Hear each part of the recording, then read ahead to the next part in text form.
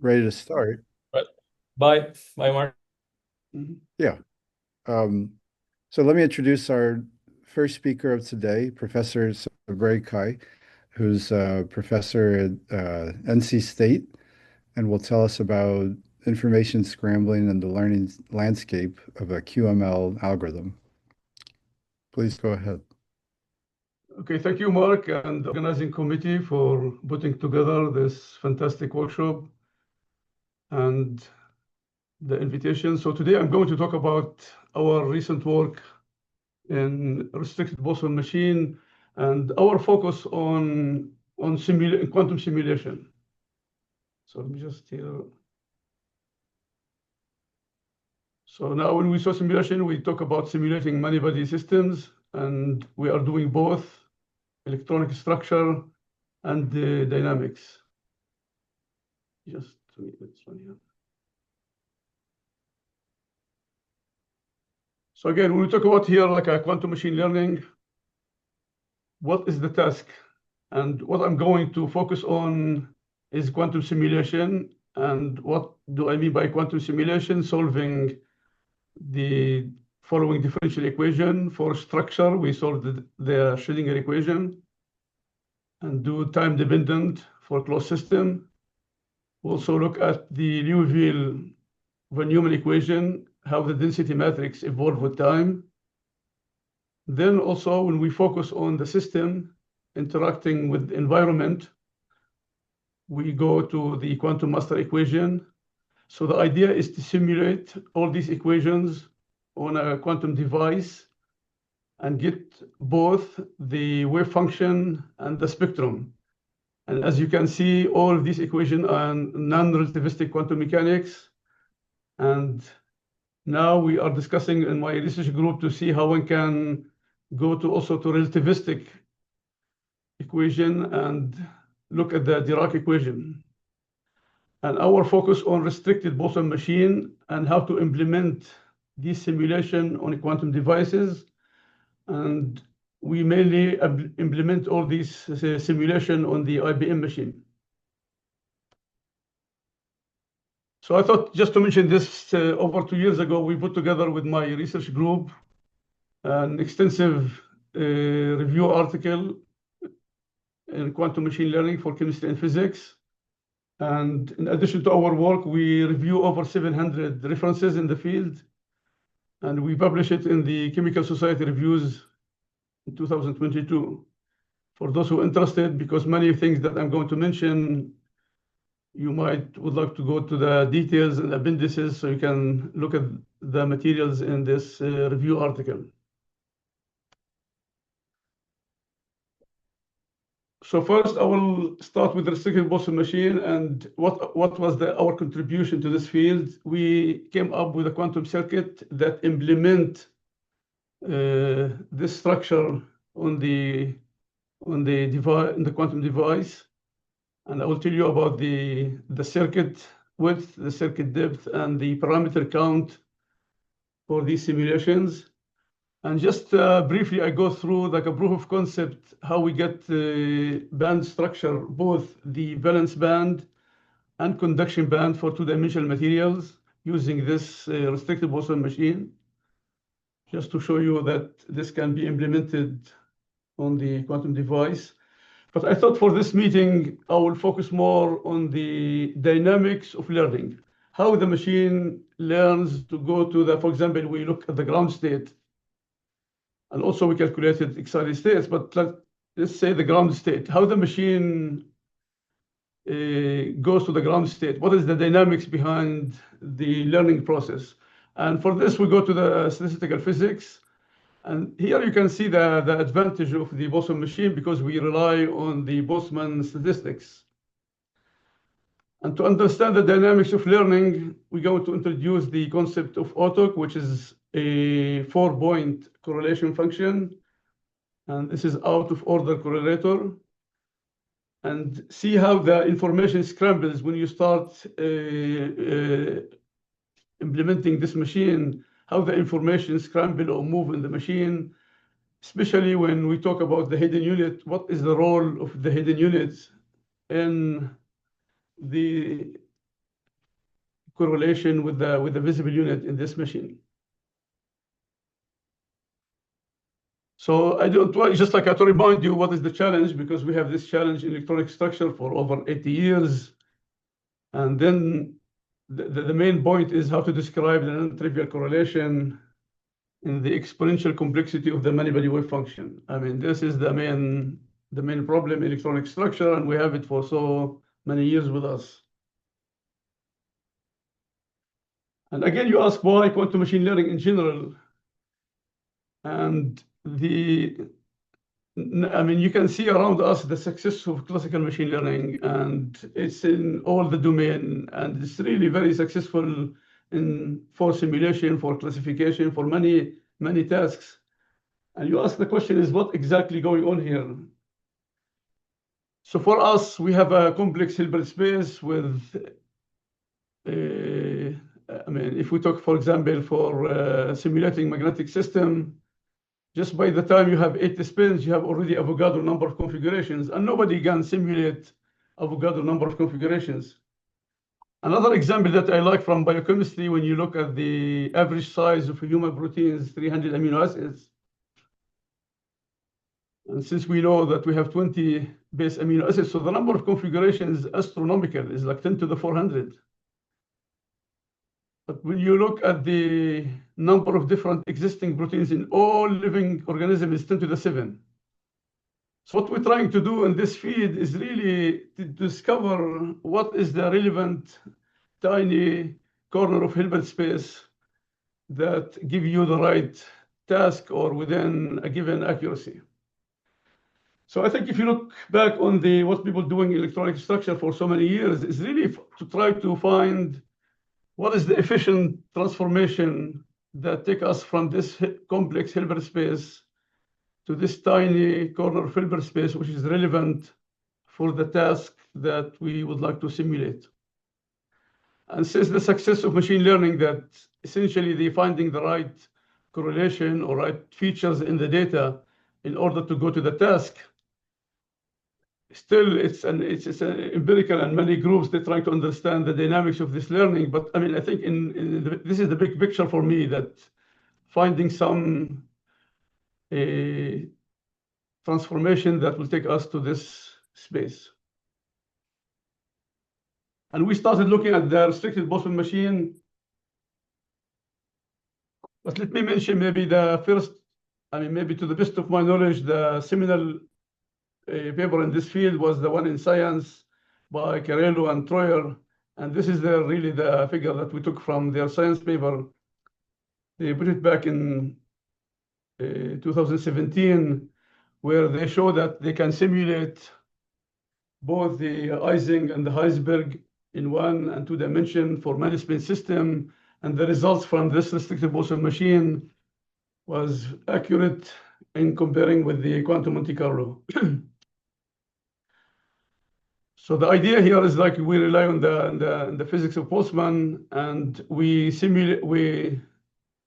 take the 2 layers and we took the configuration, we sample from the visible, and we get the probability distribution related to the amplitude, and we can get the wave function for the system as a function of all the parameters in the system here, the local field in the hidden, and the connectivity between the 2 layers. And then we use optimization to optimize the parameter for a given system. So as I mentioned, our contribution was to come up with a quantum circuit that implement this restricted Boltzmann machine. And as I mentioned, we sample from the 2 layers, sample from the visible. And in a minute, I will go to the explaining what is the role of the hidden unit here. And this will give you the amplitude, and then you have to add the phase. And you can see here the wave function will be, you sum over all configuration in the visible here. And there is one coming from the phase, and this is the square root of the amplitude, the probability distribution will give you the amplitude. And you can see the parameters in the system. You have local field here, local field in the hidden, and the parameter from the phase. So this will give you the wave function as a function of all these parameters, and then you take your Hamiltonian and you try to optimize the parameters to go to the ground state. And once you figure out the ground state, you can also go to the excited state. So the quantum circuit, just like briefly to mention here an example, if you have two visible nodes and two hidden, so you need 4 and say a qubit to connect the 2 layers. And you start by all the states in the 0 state, and then you do the rotation. And again, the rotation, the angle of rotation is related to the parameter in the restricted Boltzmann machine. So this angle theta is related to the local field in the visible. This theta of B related to the parameter or the local field over the hidden nodes. And we have control rotation, and omega ij is the connectivity between the 2 layers. And you can see clearly this maps all the parameters in the restricted Boltzmann machine to the quantum circuit. And you run it, and we show in our paper, I will give you the reference in a minute, how this works for doing the simulation. And again, how do we relate the omega ij to the parameters connecting the 2 layers in the restricted Boltzmann machine? So just to summarize what we have so far, I mean, we have a wave function coming out of the restricted Boltzmann machine as a function of all these parameters, and then you can optimize your driving Hamiltonian over all these parameters and get the ground state energy for a given Hamiltonian. And we show in the paper that the number of qubits is, I mean, you can see clearly you have 2 layers, so it's got quadratic with the number of visible and hidden units. Number of gate, again, is quadratic. And the variational parameter goes like n times m, which is also quadratic in this in the implementation. So we took this quantum circuit, and we did simulation for different systems. We did simulation for molecular systems, and I will show you 2-dimensional materials and other spin configurations. So how we do the simulation, I mean, it's very clear for us. Once you decide about the Hamiltonian, you come up with a basis set, and then you turn Hamiltonian into a complex matrix d by d. And the system could be molecular system, could be unit cell in 2-dimensional materials, or spin configurations. So I will just give you briefly the results of 3 publications. First, back in 2018, we published the results in Nature Communication, how one can use the restricted Boltzmann machine on the IBM quantum computer to get the electronic structure of simple molecular systems. And then we simulate 2-dimensional material getting the valence band.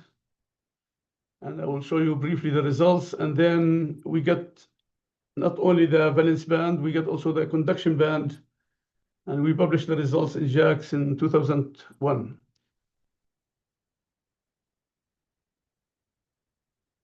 So back in 2010, my graduate student, Rongshen Jia, he was the first one to implement it on the IBM for molecular systems. And now he works in Facebook on machine learning. And you can see clearly that this restricted Boltzmann machine gives accurate results within chemical accuracy compared with the exact results for simple molecular system like H2, water, and lithium hydride. And we show that this machine, in principle, can give you the electronic structure results as a function of the internuclear distance R. These are potential energy surfaces for these simple molecular systems. And then with my graduate student, Sri Hari, he now moved to JP Morgan Quantum Computing Group. And he showed that also for periodic system, like 2-dimensional system in graphene and hexagonal boron nitride, one can use the tight bonding Hamiltonian and the Hubbard Hamiltonian, which people already designed for these materials, and use the restricted Boltzmann machine with periodic boundary condition to get the valence band. And the results were very, very accurate, both in the simulator and the real machine.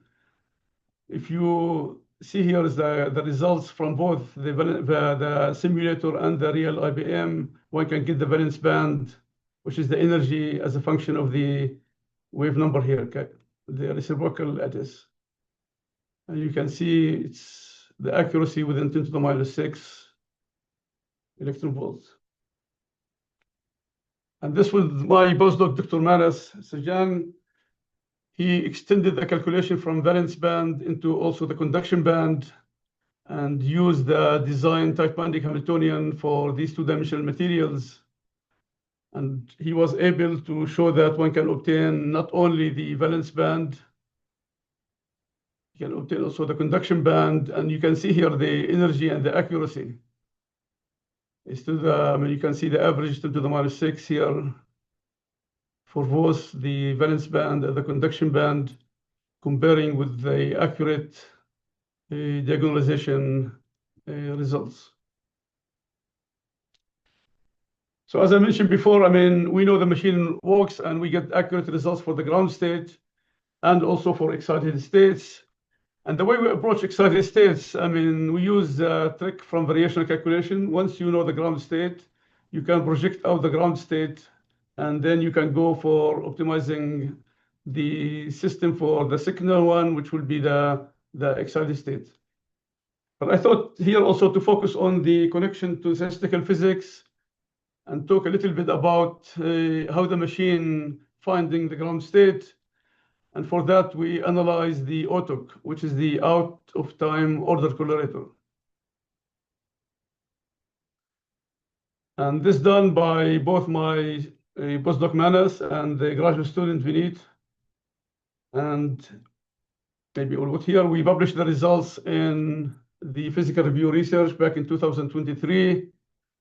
And all the details and the appendices that I'm going just to briefly mention the results can be found in this paper. So here, you can see what the question that guided us in this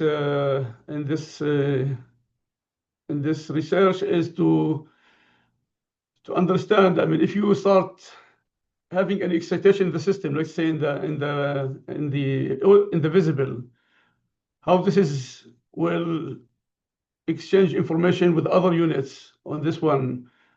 What is the role of the hidden units in this in this setup? Because at the end you only sample from the valence, you sample only from the visible unit, and you ask what is the role of the hidden unit in this the whole calculations, and what are the universal features of such exchange of information between the two layers. And can we expedite the training and construct maybe better network using this approach? So I thought here maybe we'll mention this paper in Nature Physics by Brian that really give you a nice overview of the out-of-time order correlator, which is a 4-point correlation function. And if you have two operator U1 at 0 here and U2, first, they commute, and then once you evolve one of here U2 as a function of time by using the Heisenberg formula, you can see the information spread. And then at one point, the two operators will not commute, and this will give you this out-of-order correlator, which is mean U2 at time t, U1 at 0, t and 0. So this is the out-of-order. T0 and T and 0. So what we did with this restricted Boltzmann structure, we have the visible and the hidden. One operator, we put it on the visible, we call it U1 here. And then another operator on the hidden. We take the operator U2 and evolve it with time according to Heisenberg, and the Hamiltonian is the Ising type Hamiltonian here. You have the visible, the hidden, and the connectivity between the visible and the hidden.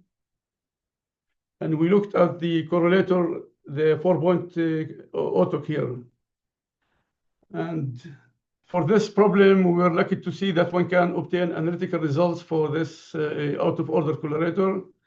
And you have the cosine And you can see the argument is the connectivity between the visible and the hidden.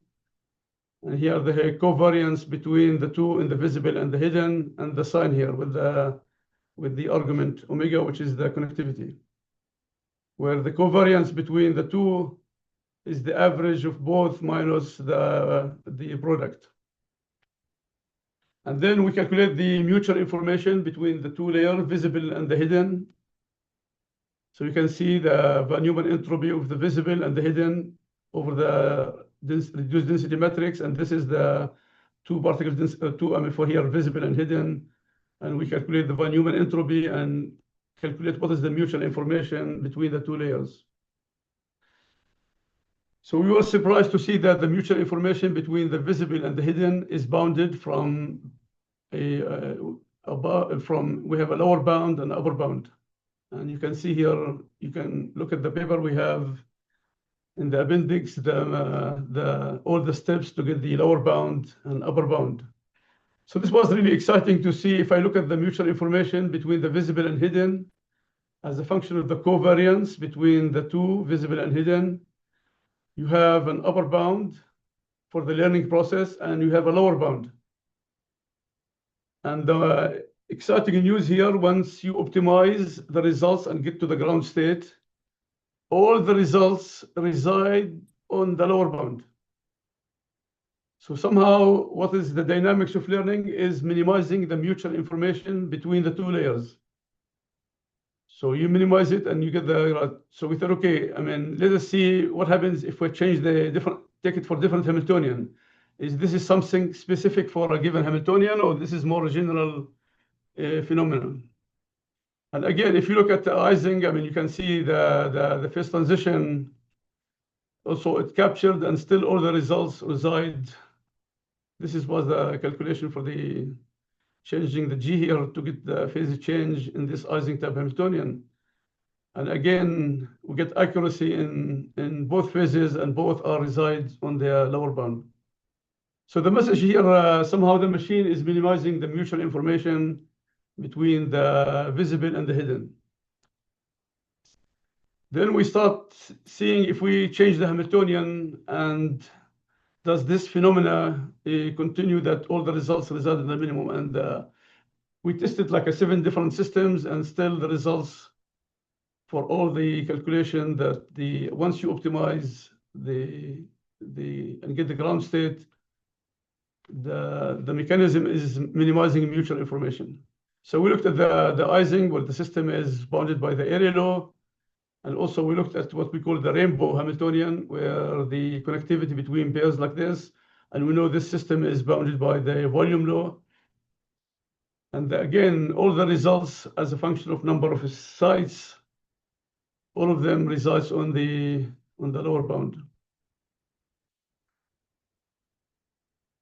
Then we also looked at the different Hamiltonian, where we sample over the connectivity, and this is the SK model. And again, the results getting the ground state here as a function of sample from the distribution for the coupling between the sigma z and the I and j here.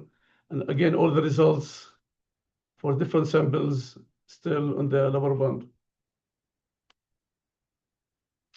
And then we also changed the number of spins just to make sure we can have this kind of finite size scaling approach to get to the different phases. And again, all the results the same. And then we said, okay, can we change the density of the system? And the way the density is defined is the number of hidden units over the visible units. Because once you increase the number of hidden units, you can, in principle, and there is a mathematical theorem that you can approximate any distribution by sampling over the visible unit. So also we increase the density in the system, and we're still getting the results that minimizing mutual information is the key here.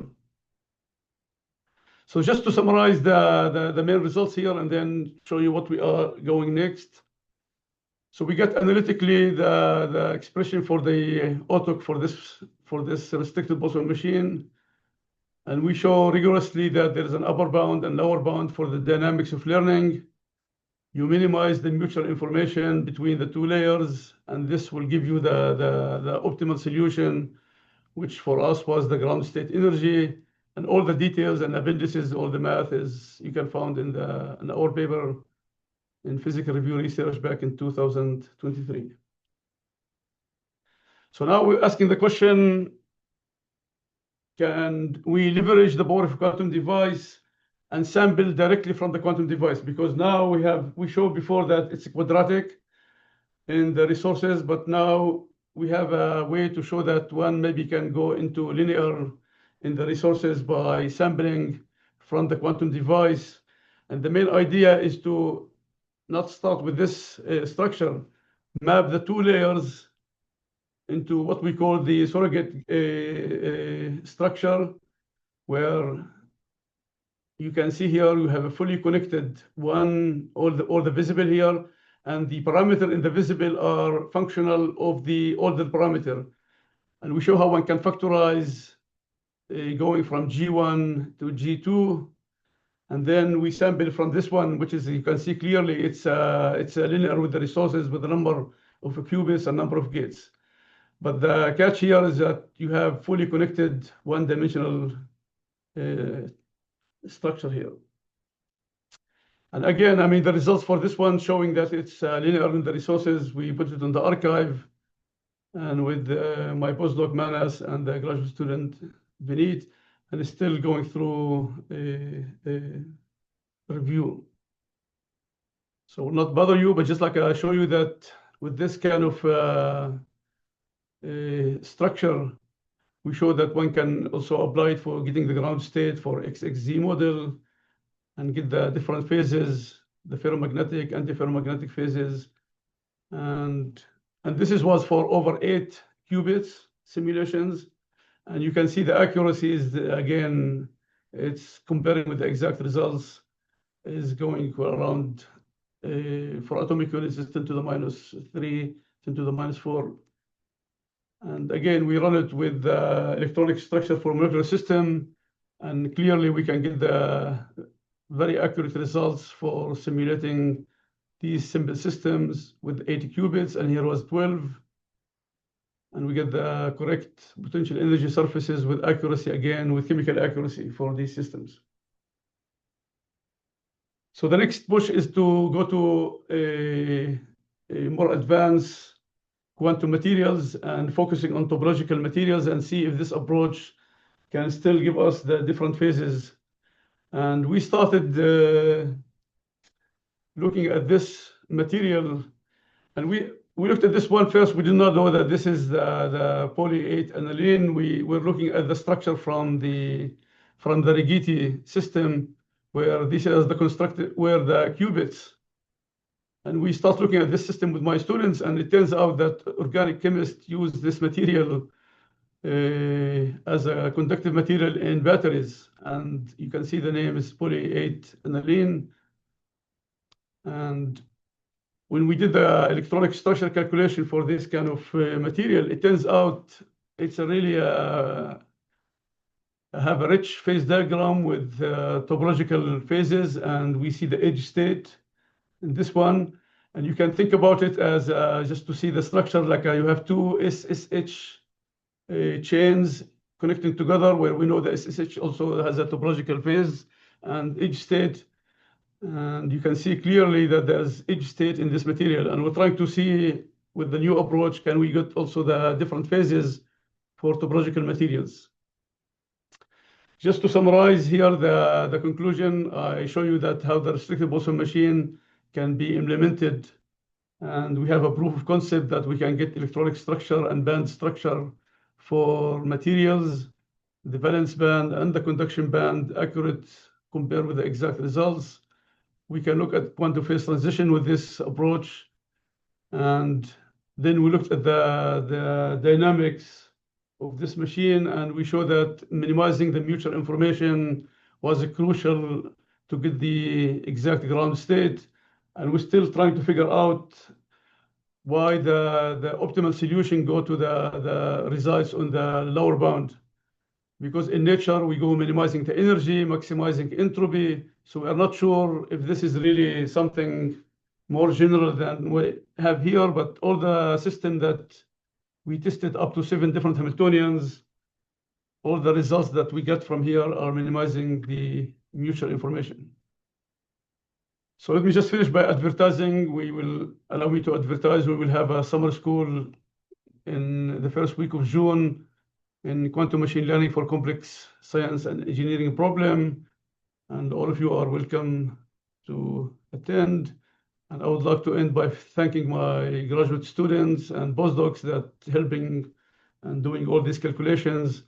And we were lucky in the group to have students from chemistry, physics, computer science, and electrical computer engineering. And the results for this project are supported by the Quantum Science Center at the Oak Ridge National Lab. Again, thank you very much for your attention. All right. Thank you for your talk. That was very interesting. I'll start. I think we just have a little time for questions, and we have the discussion session after, but I'll just ask a quick question. So throughout the workshop, we've seen, people talking about the fully quantum Boltzmann machines based on parameterized thermal states. And I'm wondering if you could comment on applications of those in the context of materials and chemistry. That I think is very interesting. Yeah, I think with the new approach that I just mentioned at the end, the restricted Boltzmann machine, all the parameters were real. And then you have to add the phase.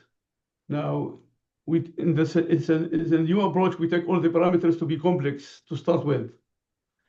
And this then you don't need to add the phase that we're adding from extra node.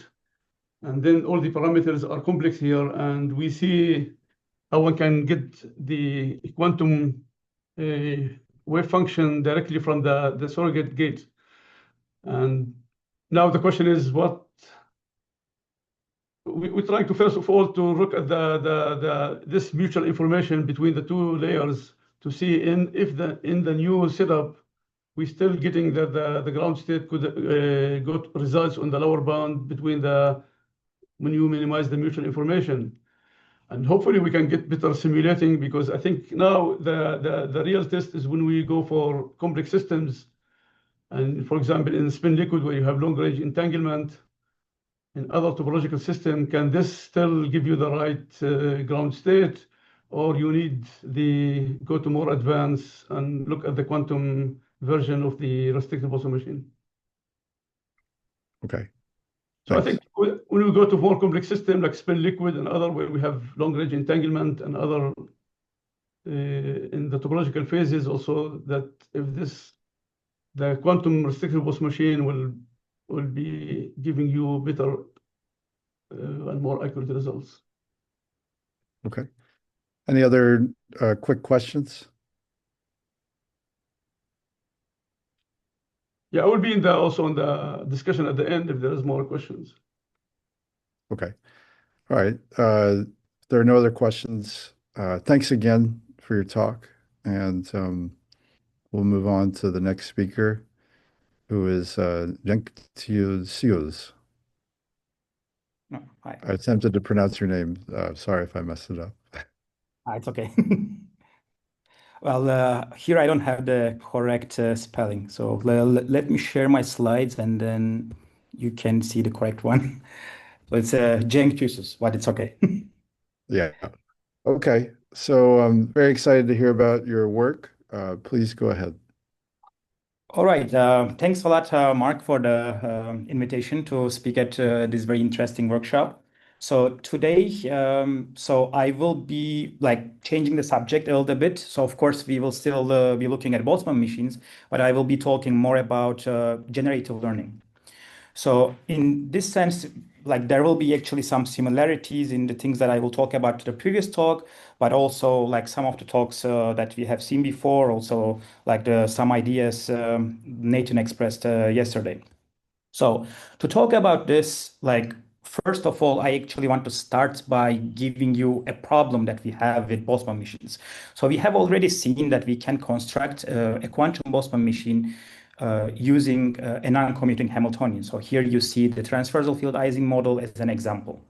So if you would like to take that and construct an Hamiltonian in a way that you want to minimize negative log likelihood to learn a probability distribution. So in this case, so P data would be a distribution that you want to learn, and P model is what you would get out from the model. So I will actually come into the details of how we like define these in a more structured way very soon.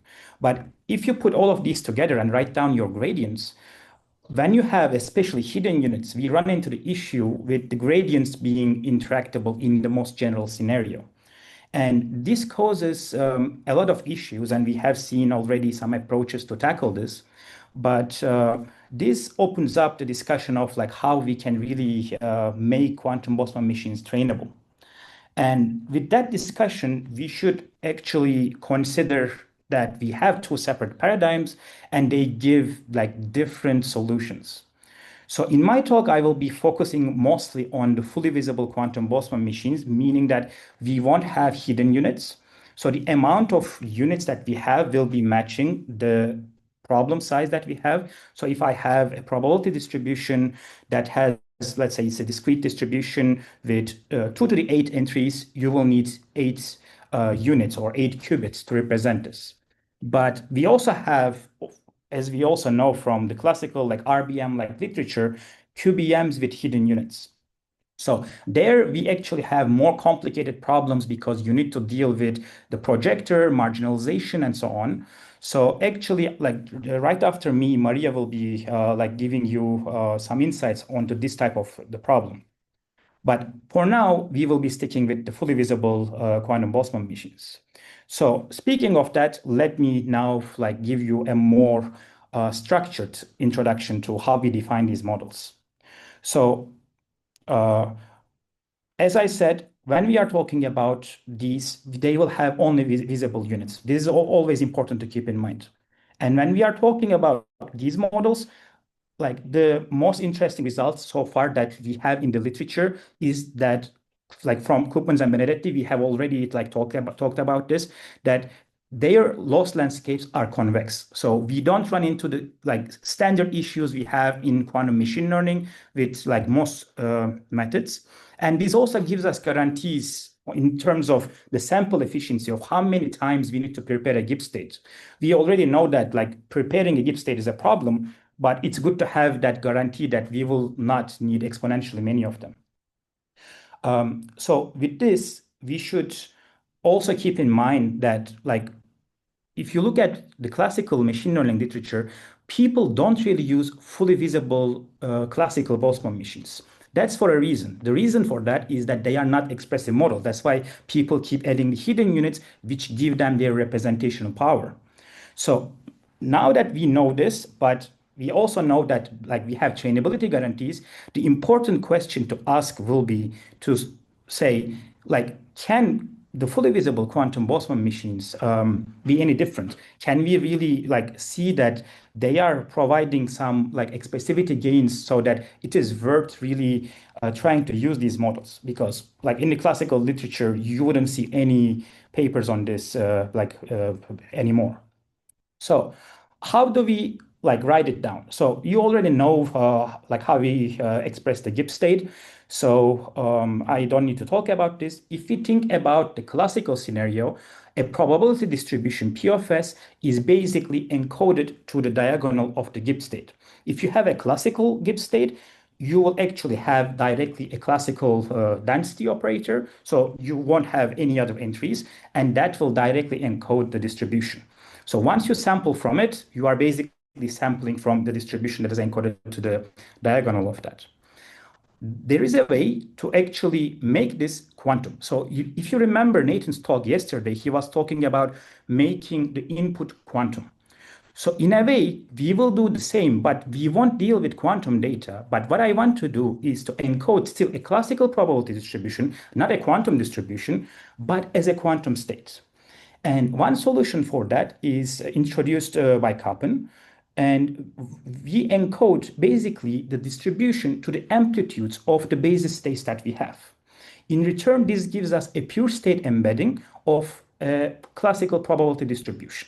And this is the embedding we will be using throughout the talk.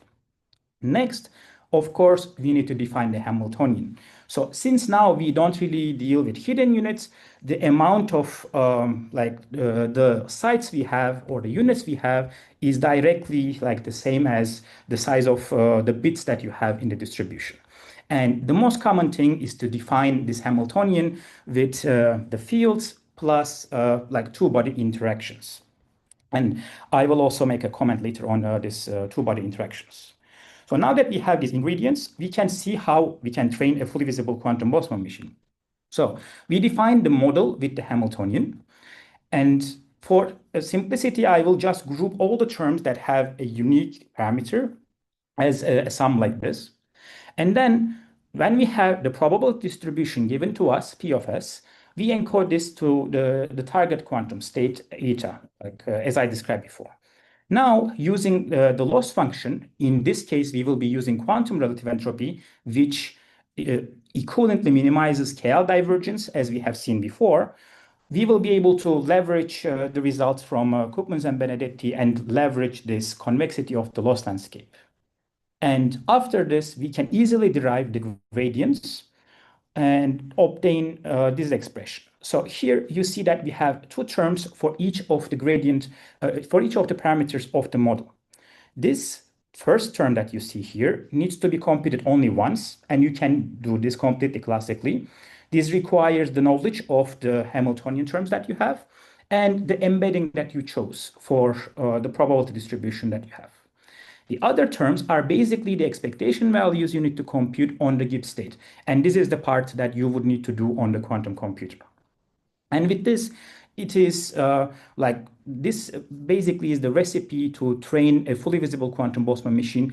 And if you are able to do all of these, then you will be able to train a model and then sample from it to generate new samples. So now that we have this framework set up, I would like to walk you through a few constructed examples that we set up in our paper. And these examples will be showing us how actually QBMs differ from the classical Boltzmann machines in the context of the fully visible models. For this, let's choose a target distribution that is already familiar to these kind of problems, to these models. And for this, I will choose a classical Boltzmann distribution. You may say it's cheating, but like our goal here is to actually really try to see where the model breaks. So here I choose a model defined on 8 lattice sites with next nearest and the nearest neighbor connectivity. So first, you can see that we have nearest neighbor connections. On the right, I'm showing conditional mutual information. So you have already seen from the previous talk that mutual information is an important concept with these models. I will be using this concept in a few more slides. Here you see that if we plot the conditional mutual information of these lattice sites, we can immediately see how the distribution looks like in a different way than like just plotting the distribution itself. So here we can show nearest neighbor and the next nearest neighbor. And you see that the other entries for, let us say, the site 0 are 0. This is because like this is how the distribution is defined. And for the first one, you see a darker color because that has the strength like 1. And the next nearest, we just set it to 0.5 for our experiments. So now we would like to ask the question, if I choose a fully connected, like all-to-all connected Boltzmann machine or a quantum Boltzmann machine, can I learn this distribution? And like you may probably be saying in front of your screens, yes, obviously. I mean, we have more parameters, we have all-to-all connectivity, and the answer is yes, we can learn these distributions. And now here I'm plotting the conditional mutual information that we measure on the trained models. You can see that the spectrum is looking almost the same. And if I quickly go back to the original slide where we have the target, we can do this, we see that they completely match. But what will be more interesting is, of course, to restrict ourselves to models that has fewer connections. So since we started with nearest and next nearest connectivity, now let's choose a smaller model than this problem. And this would be having only nearest neighbor connections. And in this scenario, as you can imagine, things will change a little bit. And if I show you the results that we have for this case, you can see that Boltzmann machine is only able to generate the nearest neighbor connection mutual information. Well, this is quite natural because like this is how the model is defined, and the classical model won't be able to generate any mutual information between the units that it won't have any connection. So 0 and 2, here you will see that it is 0 and there is no mutual information. So it cannot learn the distribution that is more densely connected. But if you choose a QBM, you are still actually able to generate this conditional mutual information. This is, of course, through like the non-commutativity of the Hamiltonian and like how we obtain in these condensed matter systems long-range interactions. And if we can like zoom in a little bit just for the index 0, here you can see on the first index, if you compare the 0 and the first index, you can see both of the models are able to generate non-zero conditional mutual information. But in the case of the index 2, since the classical Boltzmann machine is not connected, it will generate always 0. But QBM is not restricted like this, and it can generate non-zero mutual information. And this is how it is able to actually learn this distribution, unlike the classical Boltzmann machine.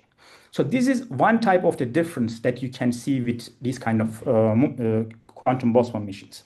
The other type is actually when we start looking at higher order distributions. So in the beginning of the talk, I told you we have the Boltzmann machines and quantum Boltzmann machines always defined as quadratic models, or in some fields, this would also be called pairwise models. Now we would like to see if they can also learn some like three-body or higher order distributions. And for this purpose, I would like to generate like three-body like distributions that involve up to three-body interactions. And using like a similar energy function with some predefined weights, I generate 1,000 different unique distributions and learn all of these one by one using the same all-to-all connected, in this case, Boltzmann machines and quantum Boltzmann machines. And the answer is like visible on this plot. So here we are plotting the KL divergence. On the y-axis, we have QBM, and on the x-axis, we have the Boltzmann machine.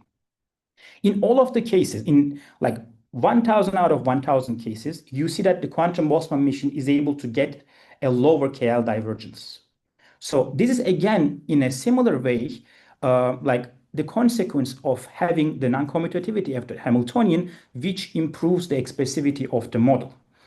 And like as before, like if we could construct a classical Boltzmann machine that included three-body interactions, then Boltzmann machine would also be able to learn. But like I would like to just emphasize that we are always trying to keep our model as simple as possible with few parameters as possible.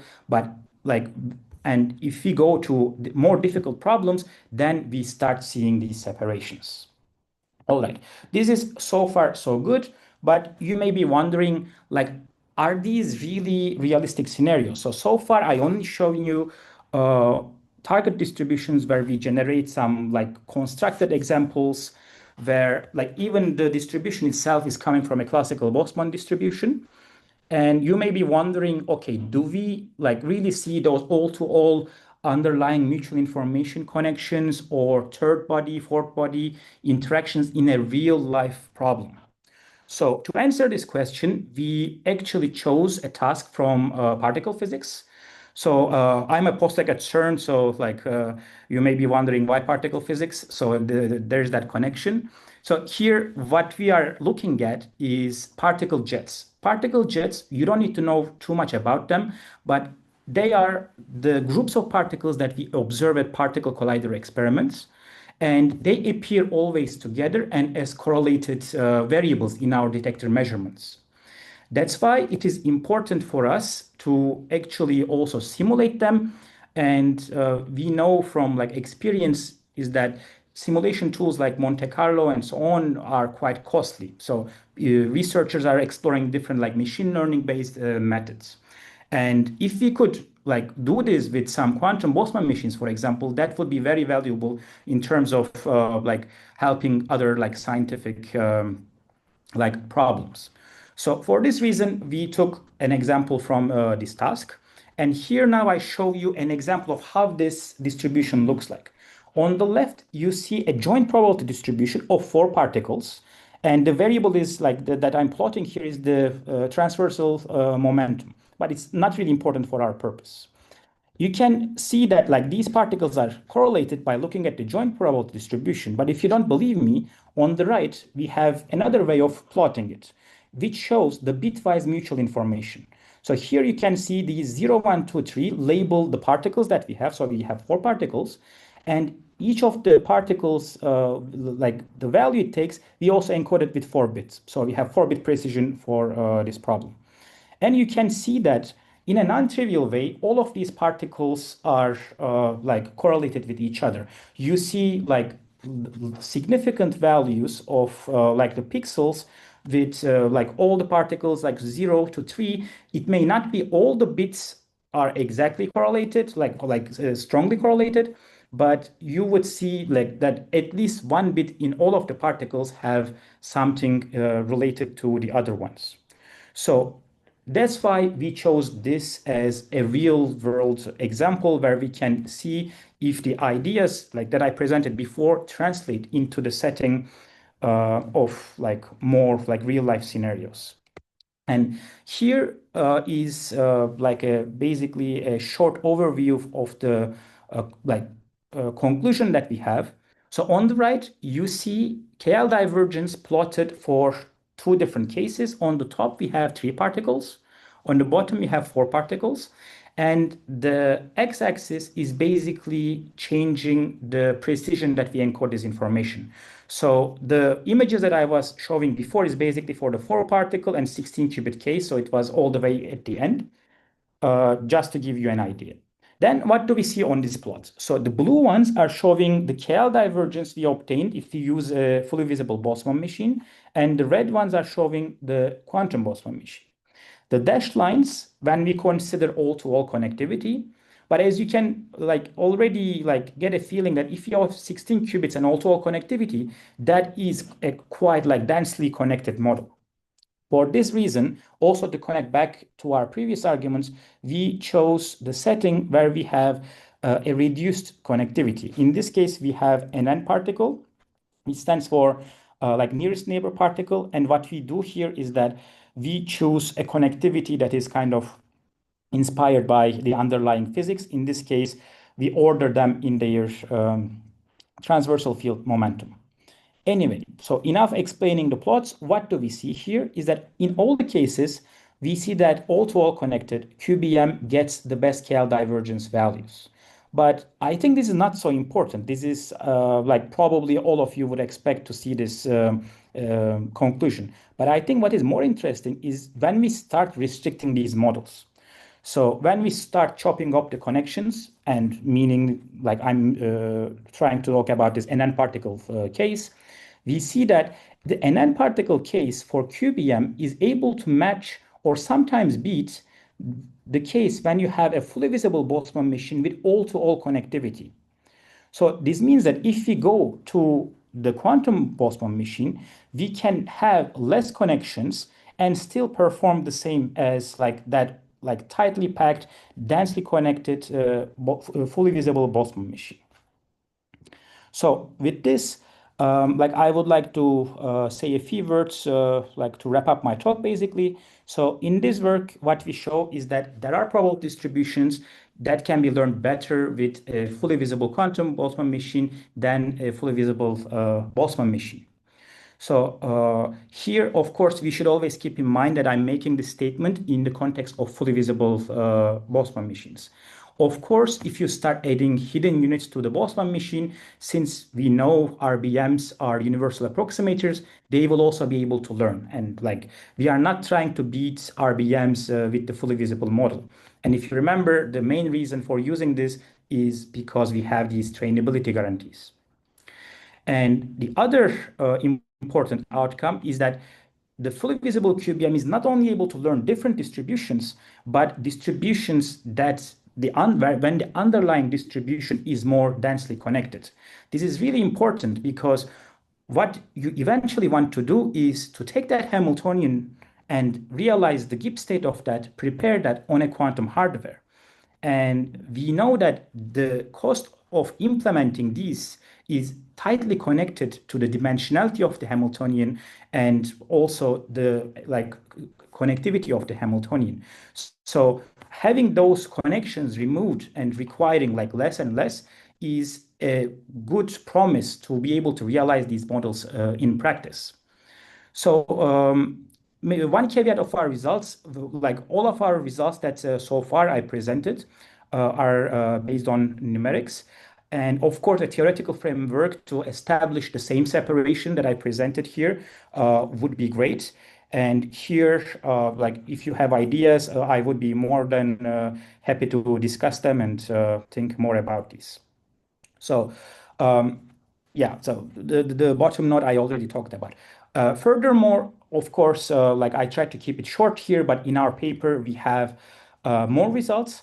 One aspect that I haven't actually talked about is the choice of the Hamiltonian. I never mentioned which Hamiltonian that we use. So on that, we have more things in the paper.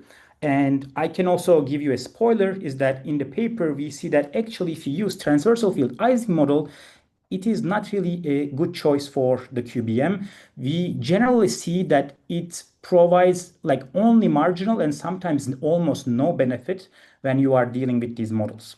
And I believe Maria in her talk will give a more theoretical reason why it's not really a good model and how you can improve your QBM Hamiltonian. With this, I would like to finalize my talk by thanking my collaborators and, of course, also you in the audience for your time. Thank you. All right. Thanks a lot for an interesting talk. I'll lead off with a question. Can you go back to maybe it was slide 5, if I had to guess, where you were motivating the model and yeah, this was actually the slide. This was the slide 6. Yeah. So it wasn't clear to me why you would choose the target state as a pure state that encodes the amplitudes. Like another possibility would simply have it be a classical probability distribution over bit strings. Why is it?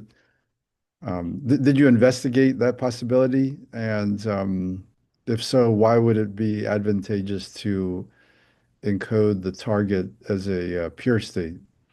Because then we also have to do this kind of amplitude encoding, right? Which is not trivial. Yes. So maybe I start with the amplitude encoding part. So for the amplitude encoding, you actually don't need to do this part necessarily on a quantum computer, and you don't need to realize that. Since when we are talking about realistic, practical probability distributions, you will often get a sparse distribution, right? And in a similar way, you can also write your Hamiltonian terms, since we are dealing with up to 2 local Pauli strings, a sparse matrix representation. So in that scenario, this part where we have trace eta hi can be carried out completely classically. So I don't need to prepare the target distribution on the quantum computer. So I do that part classically. And going back to why we choose this, so if you wanted to choose a completely classical distribution, let's say we choose the case where we have this diagonal state, right?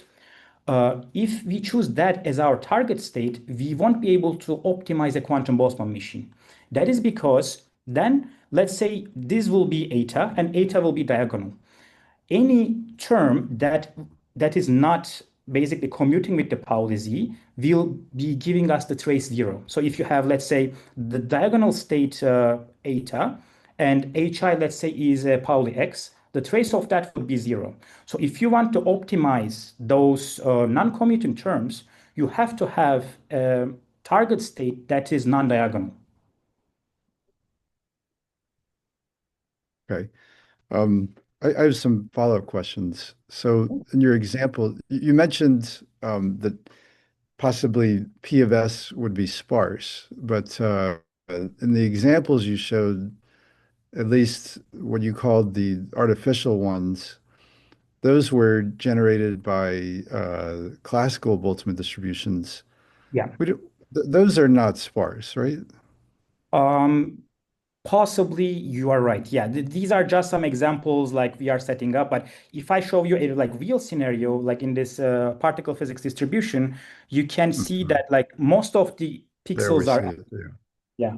So this is the kind of distributions you get for like more realistic problems. And this, I mean, of course, learning this distribution has no meaning. It's just like I generated it for a specific purpose.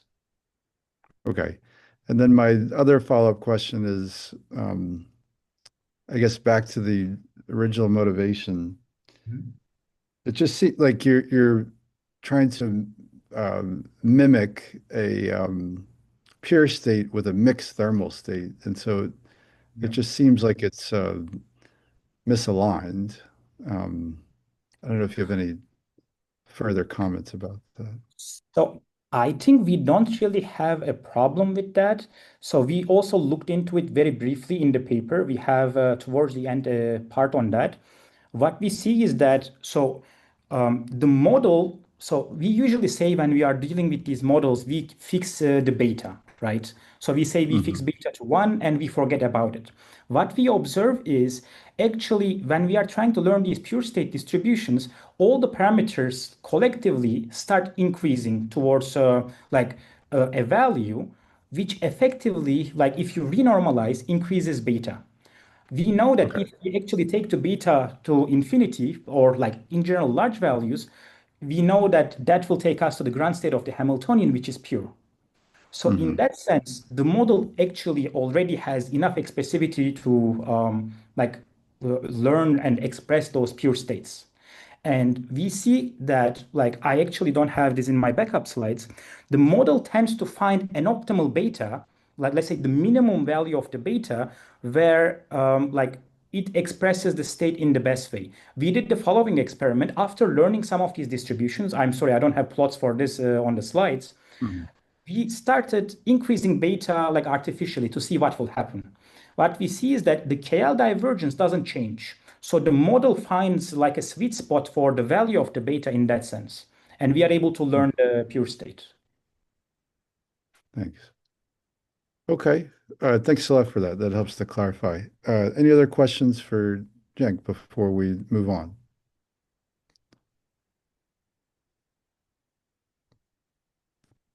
All right. So if not, we'll save for the discussion session. And our next speaker is Maria, who will talk about collaborative work with Cenk on QBMs for generative modeling, I believe. Yes, thank you, Mark. Just a second. I'll share my presentation. Are you able to see? Yes. Okay. So yes, I'm everyone. Hi, and my name is Maria, and I'm a PhD student at German Particle Physics Institute called DAISY. And today I'm going to present you two works. One is on Iw-Qbms, and the second one is on sample-based training of quantum models. And with this, I want to thank my collaborators. One of them you know is already Cenk, and I also want to mention Michele Grossi, Karl Jansen, and Nico Piatkowski. So let me give you a really brief overview of the talk. We will first recap Boltzmann machines and associated challenges with them. Thanks to Cenk and Nathan and other speakers today and yesterday, I already has the stage set up for my talk, so I won't spend much time on this. And then we move to trainable quantum Boltzmann machine architectures and finish with sample-based training of them. And I want to highlight the setup for the talk. I will only focus on architectures with hidden units, and we will look into very practical setting where we will learn only from classical data. So it's quite different from what Nathan was presenting yesterday. And very quick recap, we will talk about restricted Boltzmann machines. And as I hope all of you know by now, is restricted Boltzmann machines have connectivity only between visible and hidden units, and no any other lateral connectivity is allowed. And in principle, exact training of classical Boltzmann machines is exponential in the system size because you have to evaluate the partition function on every iteration. And this poses some challenges into applying them in practice. However, approximate techniques were developed, namely contrastive divergence, and that would made RBMs efficient and applicable. So, of course, nevertheless, sampling from trained model still remains computationally hard, and now we have access to the quantum computing framework, and we can extend our model that is defined with originally an energy function to the Hamiltonian formulation, and now we can try to sample from the corresponding thermal state. And I believe yesterday we already covered some discussion on thermal state preparation, that yes, we do have some results in the quantum computing literature for the thermal state preparation, but we have to keep in mind that these are for certain Hamiltonians and certain ranges of temperatures. So with this, now having access to the quantum computing framework, we can extend our Hamiltonian, classical commuting Hamiltonian, to the non-commuting one. And this what is a quantum Boltzmann machine. And as you have heard, some variants of quantum Boltzmann machines, namely fully visible quantum Boltzmann machines, they possess really nice properties such as convex loss landscape, and they were shown to be barren plateau-free architecture by Koopmans and Benedetti. And Cenk also now presented you some discussion on fully visible Boltzmann machines, and I believe there would be other further talks during this workshop on fully visible Boltzmann machines, so stay tuned. However, we now come into the basics and we focus on hidden units and how to train such Boltzmann machines with hidden units. So I will talk here about negative log likelihood minimization is the objective function of QBM training. And when we want to optimize our model using this loss function, when we derive the gradients for the model, we have those two terms appearing. And the term in red is actually very computationally expensive for two reasons. First reason is when you have a non-commuting Hamiltonian, this derivative of the matrix exponential is actually not that trivial. And what happens with non-commuting Hamiltonians, you also have to compute the additions that are arising from the commutators. And unfortunately, you cannot just ignore them because they change the gradient quite significantly. And then the second challenge is associated with this projective operator lambda, because now with hidden units, we have to project onto the visible units. Just for your quick recap, the projector I put in the upper right corner.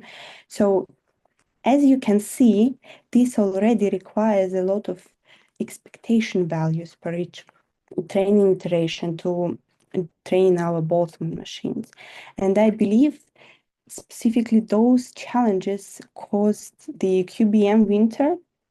In our literature, Mark yesterday showed that there are not so many entries, specifically 48, where QBMs are mentioned explicitly in the abstract. And despite that, we know that there are some proposal of making QBMs trainable, we still face those challenges with gradient expressions. So we were thinking how to make QBMs trainable. Is there a way? Maybe we have missed something. So let's get back to the problem. We have the problem in this term with lambda v and the derivative of the matrix exponential. We can observe that computing this can be significantly simplified if we assume that our Hamiltonian commutes with the projector. And because of the trace, because of this specific form and the trace here, we can show that in that case, the additions that are coming from the commutator terms will actually be 0. And what does it mean for our Hamiltonian to commute with lambda v? That means that what we have to set is that Hamiltonian is commuting within the visible units. And with these, computing this term simplifies to what you see in front of you on the slide, which is already much, much cheaper than before. And we refer to such a model as a semi-quantum restricted Boltzmann machine. And the Hamiltonian of such model can be written as follows. So as I mentioned, we have commuting terms acting on visible units. In this case, these are Pauli Z's. And then we have hidden units that for hidden units, there are no restriction. You can act with any Pauli operator that you like on the hidden units. And in general, these terms should remain non-commuting for the hidden units. And therefore, I will call hidden units quantum. And then we have Hamiltonian terms that define interaction between visible and hidden units. This would be two-body Pauli terms with Pauli Z acting on the visibles and the corresponding Pauli term acting on hiddens. So such a structure of the SQ-RBM positions it right in the middle between classical RBM and fully quantum restricted Boltzmann machine. And we can observe that actually SQ-RBMs are somewhat similar to RBMs, meaning they share the same classical visible units. So what we were wondering now, because of those similarities, can we establish the correspondence between classical and quantum model? What does it mean for SQ-RBM to have quantum hidden units? So in the paper, we show that SQ-RBM will be equivalent in the expressivity to restricted Boltzmann machines with 3 times more hidden units. And that is, and now I will show you the reason for this. Here there is a proof or the intuition for the proof. For the sake of time, the full version of the proof you can find in the paper. So let's focus on a very small semi-quantum RBM. We have one visible unit that is completely classical here, and we have one quantum unit on which we act with Pauli X, Y, and Z. Because of the structure of SQ-RBM, we can derive actually the state for hidden units for a given visible configuration. And you can think of it more like an activation function, like that is derived for RBMs. And having in mind that for every Pauli basis, we have certain contributions coming from our hidden units, we can then show that the unnormalized probability distribution over our visible unit will be essentially cosh, and inside the cosh we'll have a square root where we sum all the contributions from different Pauli bases for our hidden unit. And as an example here, if we assume small values for those contributions, if we set our field terms to small values, we can say that our output probability distribution is approximately a product of 3 cosh separately, which exactly corresponds to a classical restricted Boltzmann machine with 1 visible and then 3 hiddens. As I said, the full proof can be found in the paper, but what is more important, we don't only have the now theoretical understanding how the hidden units behave, but we also verify this numerically on various data sets. And we have the data sets starting from simple bars and stripes, and then ending with parity. And what you can in general observe that RBMs here are depicted with the orange line, and semi-quantum architectures are depicted with like green and blue. So SQRBMs need fewer hidden units than RBMs. So the x-axis on this plot is hidden units. And as expected, when we have SQRBM with XYZ acting on hidden units, it needs less qubits than SQRBM with just XZ acting on hidden units. And here, the important thing to note is that all the models, both classical and quantum, are capable of learning those data sets. The only question is the amount of hidden units required to do so. And that's what quantum hidden units can provide you. Now, as following those results, I will just give a quick remark on transversal field Ising model as a Hamiltonian for QBM. Cenk already gave you a disclaimer that it might not be the best Hamiltonian choice for such models for those settings. So let's look into this. If we have a QBM defined for hidden units with XZ and then interactions are ZZ, we can write with our expressions the contributions that are coming from each Pauli basis from hidden units. Then when you have Pauli Z basis, it's all nice and neat. You have the contribution as bias of your hidden unit, and then you have the contributions from the interaction terms with the visible units. But what comes to X terms, they will only have a bias terms as we have only ZZ connectivity for transversal field. So this results that if you just have transversal field, it will only contribute to the output probability distributions with its bias term.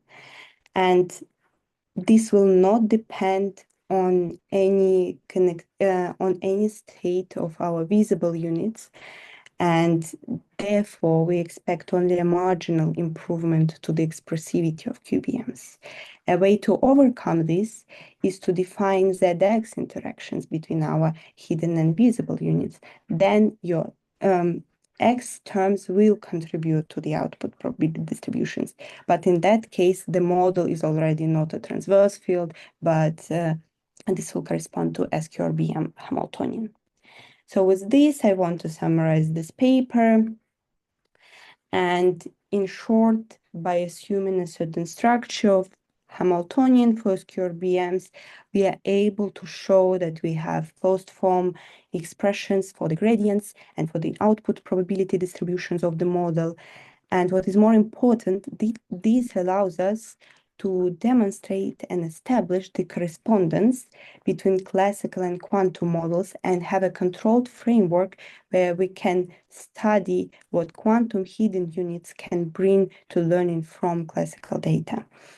And having those nice and neat expressions for the gradients, we can actually simulate our SQRBMs on a single CPU core with up to 100 units. However, we still have to address certain questions to make SQRBMs practical. The first one is we are still missing backpropagation-like scaling for quantum models in general in QML field, but also for SQRBMs. And what is more important, in a lot of QML papers and in a lot of QBM papers, we assume that we can train a model with explicit access to this probability distribution of our data. However, that's not the case in practice. In practice, what is happening, you are given a data set with samples, and your task is to learn how to sample from the unknown underlying probability distribution. And those two challenges we aim to tackle with our next paper, where we generalize the contrastive divergence. So let's have a step back where it's all started. What is a contrastive divergence? So when I was talking about restricted Boltzmann machines, I mentioned to you that actually approximate training techniques that are completely heuristics, this is what made RBMs popular and practical. And contrastive divergence is such a technique, and what it does, it approximates our gradient with two terms. The first terms is the expectations over your data set, and the second term is coming from expectations over k steps of Gibbs sampling. And the key here for RBM training is that we have conditional probability distributions for RBMs. And because of their specific connectivity, those conditional distributions factorize, which makes it highly efficient for gradient computation in the classical case. So now let's have a look closer to what a contrastive divergence is and how it works. So we start by setting our visible units to the data sample that is coming from our data set. Then, by setting the visible units, we can obtain the sample of the hidden unit configuration by using our marginal probability distribution, and we obtain the sample called H0. Then we can essentially repeat the procedure, but now I set my hidden units to H0, and I'm interested what is the corresponding visible unit configuration that I can sample based on the conditional distributions. And I can sample such a configuration, and I will call it V1, or I will also call it a reconstruction of our visible units. And now I'm giving the reconstruction of the visible units, and I can essentially repeat the same. I can resample now another state of hidden units, and then I can repeat these k times, which corresponds to k Gibbs steps. So now we can generalize this framework to a quantum case, actually. So what we show in the paper that for Iw-Qbms, for their Hamiltonian, we can derive those conditional probability distributions. And what is important about them is that they admit a very direct circuit structure. Let's have a look closer. And we have essentially for those for this sampling procedure two circuits. The first circuit is where I set the register of visible qubits to a state corresponding to my data. I have n visible units, and then over the hidden units, I have a maximally mixed state. Then having this, I evolve this system with an imaginary time evolution operator, and then I can sample in the p basis, Pauli p basis, the state for my hidden units and obtain a sample for hidden units, HP. In the same fashion, I essentially can repeat the procedure for obtaining the sample of the visible units, but now I will have to set the register of hidden units to a certain sample, and then I start my visible units with a maximally mixed state, then I evolve this subsystem, and then for visible units, I have to sample in the Z basis, since we assume that the visible units are commuting. So here you see the generalized procedure of the then contrastive divergence steps based on those circuits. It essentially repeats what I've shown you before classically. So we have our data set, and based on the samples from our data set, we are actually able to obtain the bit strings from which we can compute the gradient. And here what is important to note is that by obtaining those bit streams as samples for my reconstruction and hidden units, I can already compute the derivatives for all the parameters of the model at once. I don't have to do this per Hamiltonian term or so on. So that is actually quite beneficial, and that's what makes it really practical. Then what we did, we repeated our experiment that I have shown you before with comparison of RBM and SQRBM, but now using this approximate technique for training. And even though it is approximate heuristics, we do observe the same pattern that SQRBMs need less hidden units to reach the same results as RBM can. And now comes, I think, the most interesting slide of the presentation is that we are discussing the cost of training a model. And here I present you the comparison between contrastive divergence training, which is in green, and negative log likelihood optimization, which is in shaded pink colors that I have described before. And x-axis represents the total number of samples that you need to train the model. This is in total what you need. So what happens, as you can see from the plot, for contrastive divergence training, we need around 10 to the 6 total number of samples to train the full 12-qubit model. While for negative log likelihood training, to reach to the same result, I need several order of magnitude more of total number of samples.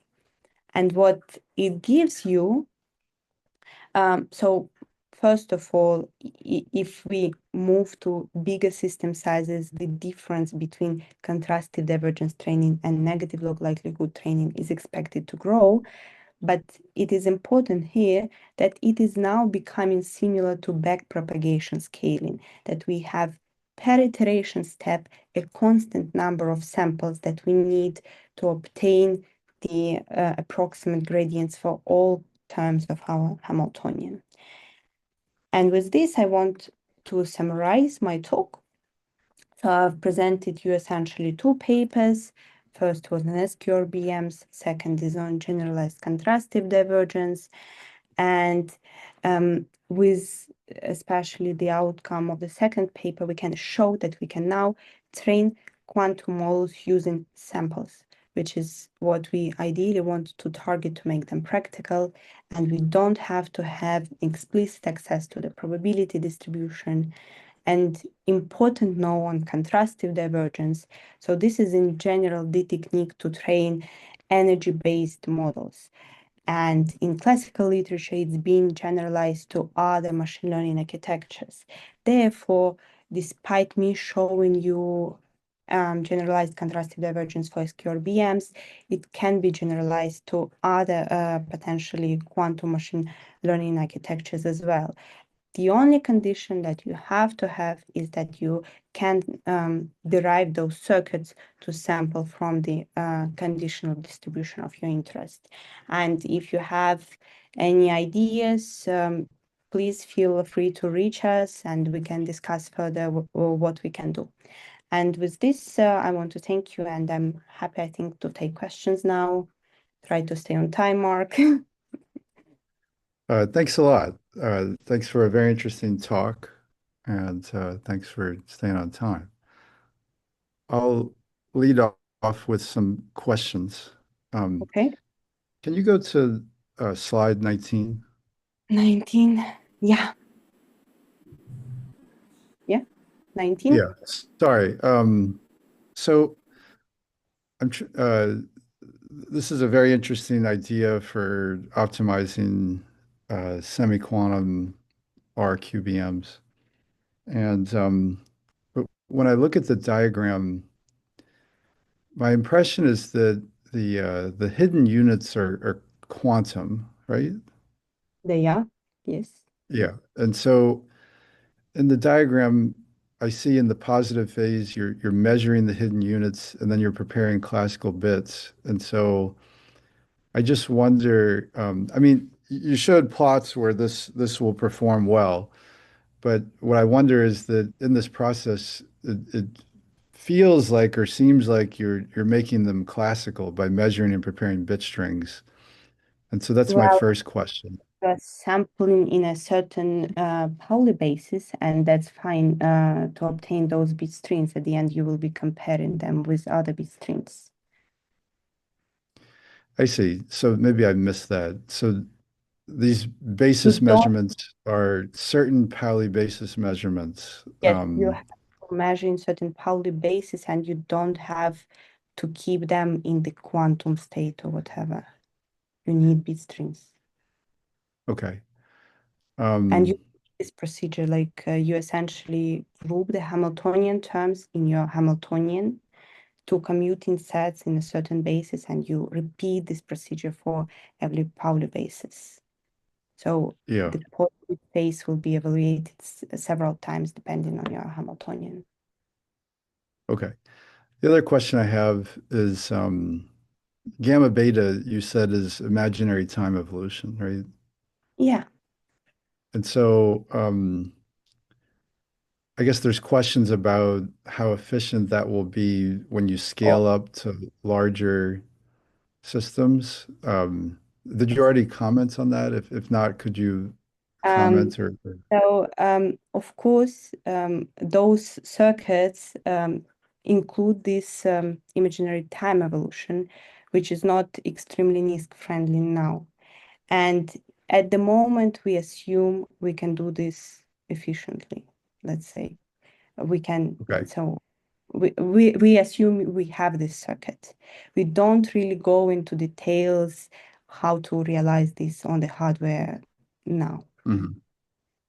Yeah, but the question is about whether that, not regardless of NISQ, just imagining we have a fault-tolerant quantum computer, as the number of qubits gets larger, if we expect that to still be efficient. Well, I guess that depends on the method for the quantum imaginary time evolution that you have. If you can, I mean, this is more of the question if you can actually apply the separate and evolve your system. So the procedure will depend on that, essentially. From the point of the construction for contrastive divergence, here we don't comment on that, but I mean, this will depend on the technique you will use to implement the circuit. Okay. Hi. I'll have other questions and discussion points for the discussion session if you can stick around for that. We actually have two other questions in the chat. Adit, why don't you feel free to unmute and ask your question? My question is about the first part of your paper, the first paper.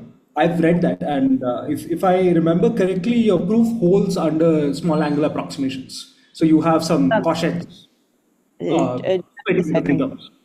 the proofs are not for small angles. What we show in the paper that for small values you have more direct mapping for the parameters. But in so basically, you're saying that your it holds parameters are small enough, so your terms are small, so you split. By small angle approximation, I just meant that. Like you're saying that the parameters of your hyperbolic cosh functions are small, so you can now split it up using some on a simple example. Yeah. So, but the expression that you have below PV tilde should hold only under these, assumption that these terms are small, right? Yeah. So this intuition for the proof holds only when we have those assumptions. Yeah. So otherwise, you cannot write this expression down. Otherwise, I think the proof becomes a bit more complex to establish a direct mapping between, let's say, parameters of the Iw-Qbm and R'Bm. But important thing here is not the parameter mapping, but that the result at the end, the expressivity of them will be the same, independent of the like parameters. Okay, thank you.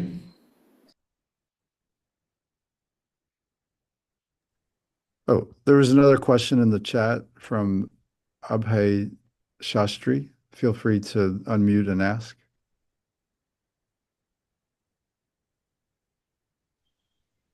Hi. Can you hear me? Yes. So the learning objective was taken as the log likelihood with the projection operators, right? The way that Amin defined it.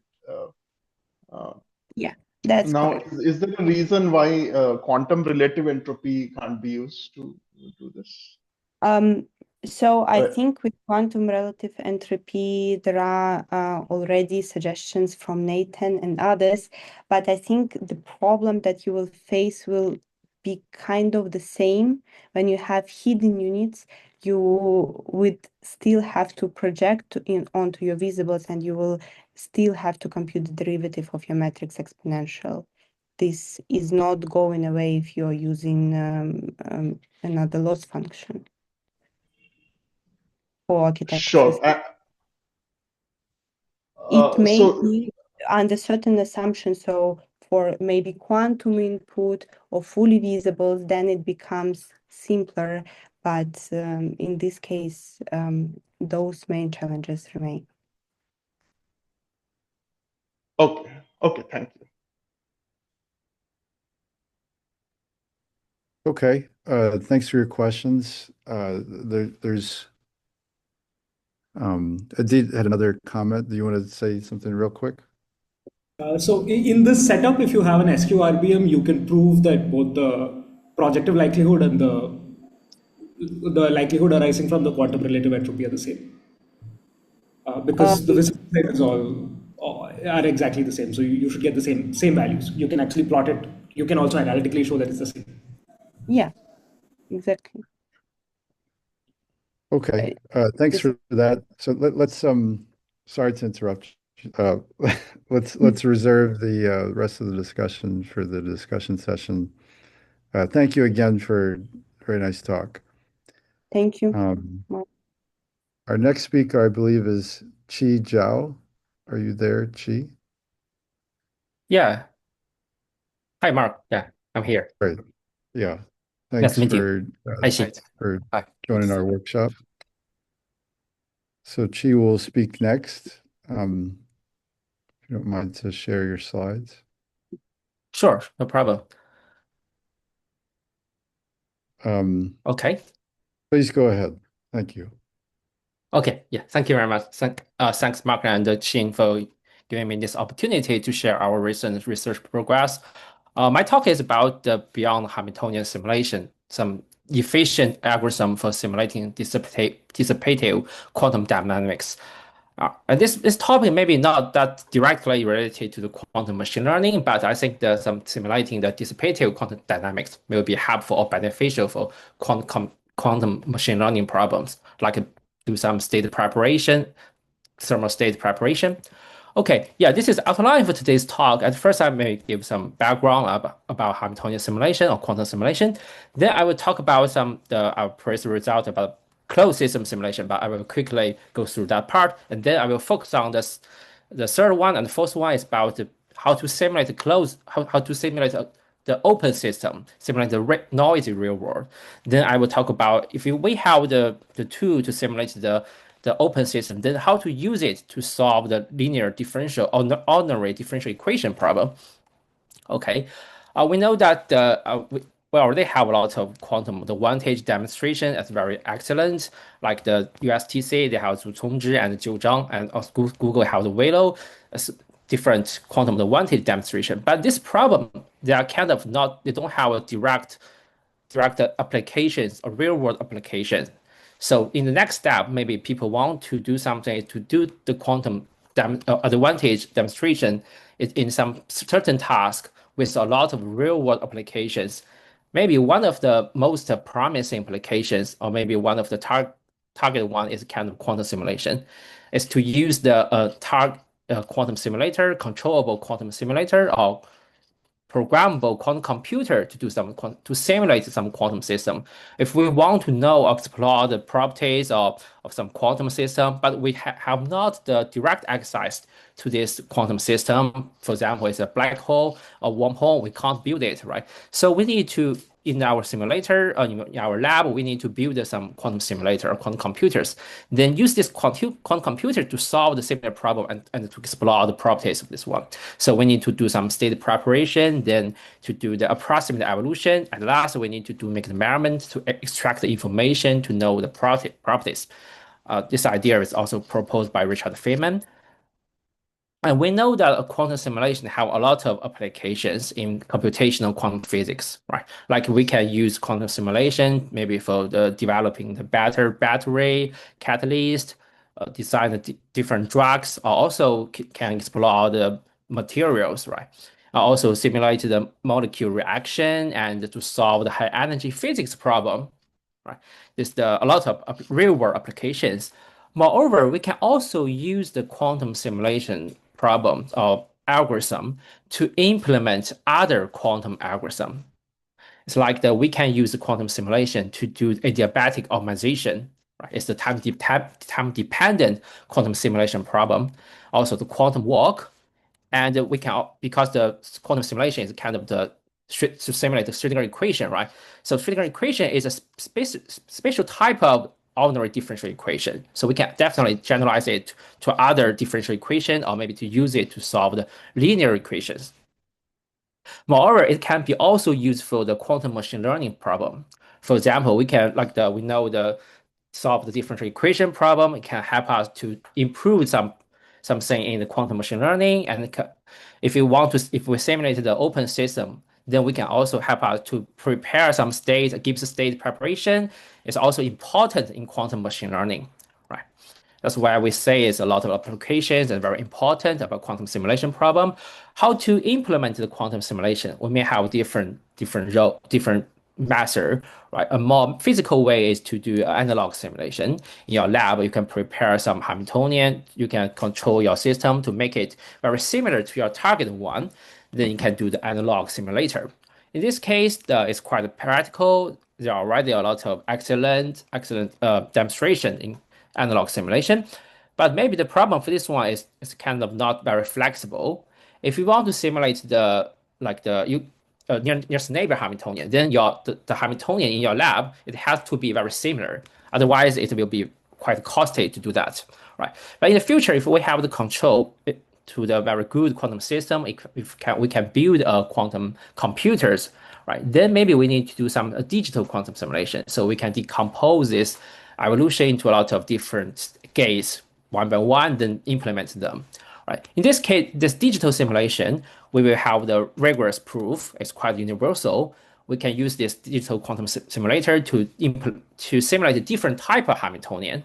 Right. That's why it's kind of universal. And we also have rigorous proof. It means if we know the circuit, if you know the depths, then you can make sure that you can make your error is very small. But the problem for this one is it may require a large quantum resource. It means you need a very deep circuit, a lot of qubits, right? This is beyond our nowadays current quantum hardware. And today, I mainly talk about digital simulation. And let's say, what's the Hamiltonian simulation problem? Formulate. This one is the problem one is you have a Hamiltonian acting on n qubits and evolution time t and predetermined accuracy. We want to output some quantum circuit to approximate the ideal evolution e to the minus iht with at most epsilon error. Right? This distance can be quantified by using some spectral norm. This is the problem. And for this problem, there's already a lot of progress, and people want to understand the cost of how to construct this quantum circuit U. We want to know the cost, like the depth or maybe the width with the respect of different parameter n and t and also epsilon. It's very lucky we already have the very good one is we have the qubitization method. They can achieve kind of the optimal performance with respect of different parameters. They already reached the optimal performance, so we cannot improve it asymptotically. It's already the best one. But the problem is this result already good enough? Let's say some results in 2018. They explored if you want to show the quantum advantage in different quantum algorithm, what kind of result you will require. They compare different tasks. One is the chemistry ground energy. It's the static problem. We want to know the ground energy for some molecules, right? Another one is that we use the Zhao algorithm to do some factoring problem. You can find out these two problems that are really costly. They require a lot of qubits or maybe a very deep circuit. Compare with these two tasks, we have this one is dynamic simulation. It's a Hamiltonian simulation problem. This one is already the kind of the most most experimentally friendly one. But even for this one, we still require maybe the depth is 1 million, and maybe the width is 50. It means 50 qubits, 1 million depths. And they also don't consider noise rate. It means you need to implement each gate perfectly. Then you still require this resource.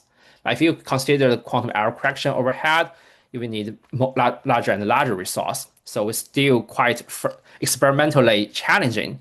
So it's far from the nowadays current hardware. So now the problem is, can we do better? Right. So maybe in the original problem, right, this one we cannot do better. It's already kind of the optimal one, right? So, but maybe we can have some other problem, because the previous problem, they kind of consider the spectrum of the two unitary. This one corresponds to the worst case input, which means it's just not the average case, just some worst case input. But in practice, we know your input information. It's not a worst case one. We know maybe your initial state, they have some physical meaning. Maybe it's kind of a low energy state or product state. So we only care about maybe one state or one type of the initial state. We want for this type of state, your output state is very close, right? If we consider problem 2, then maybe the question is what kind of improvement we can expect, right? This is about for some certain initial state. Another problem is more practical, is we both have the information about initial state and also observable, because we need to do the measurement at the end of the state, right? We need to extract the information. In this case, if we only care about this state or maybe some given observable, we want the expectation value is very close. Then we can perform this quantum simulation problem very good. This task is very good, right? So the problem 3 is more practical one. So we want to say that when we consider problem 2 and problem 3, what kind of improvement we can expect. Previously, people already have some results about some maybe different initial state or observable, like people consider low energy subspace, low energy input, and maybe your input have the fixed number of electrons or spin members. And people also consider if you only care about the local observable and infinite time, then what kind of the resource you will require, what kind of error will look like, right? Yeah, our recent work now we consider about the random inputs, right? Because we know that we can draw the state across the whole Hilbert space and to say what's the average case, what the random, if you have the random input average case, then what the error will look like, what the performance will look like, right? Here we consider kind of one design ensemble, and we find that we can decrease the error from the ON scaling to square root of n when you want to simulate some nearest neighbor Hamiltonians with n qubits, right? So we have quadratic speed up with respect to parameter n, system size, when you consider only about random input average case performance, right? But this still need to believe that we have a well-behaved distribution about the input, right? But the real case is we only care about maybe one state, not a distribution, not a sample, right? Especially if we only care about some state with for example, it's hard to using classical method to simulate it, right? Like entangled state. Then what about this result? And we show that in our recent work, we show that previously, if you use the classical method like MPS or MPO to simulate the dynamics of the quantum dynamics, you will find that the entanglement will be the main bottleneck for this problem. Which means if you have a larger entanglement, this is the kind of larger entanglement, then it will require an exponential resource for the classical simulation method. But previously, we know nothing about whether the entanglement will be helpful or not for quantum case. It seems irrelevant with the quantum simulation. It's just a polynomial, irrelevant with the degree of entanglement. But in our recent work, we show that the entanglement can be helpful in quantum simulation. It means when you have sufficient entanglement, your required resource will decrease to another level. And it means that when you have sufficient entanglement, the quantum simulation can be more efficient when the state being simulated is entangled, right? This is also exactly the case where the classical simulation is very hard, which means if you have the system have a lot of entanglement, then you may expect a larger quantum advantage because the classical method is worse, but quantum method is better. Okay, and we also do some numerical numerical text. You can see from this figure, this one is you can generate a lot of entangled, and the different color curve means the different entropies for different subsystem. You can see that the entropy will increase. It means you have a larger and larger entanglement with a longer time evolution, and at the same time, the blue dotted one means the shorter error. It can be quantified the efficiency of quantum simulation, and you can find this error will decrease and converge to another level. It will converge to the blue dashed line. This one is average case. It means when you say the entanglement increase, you will say the shorter error decrease and converge to the average case. Right. This average case is from the ON to square root of n.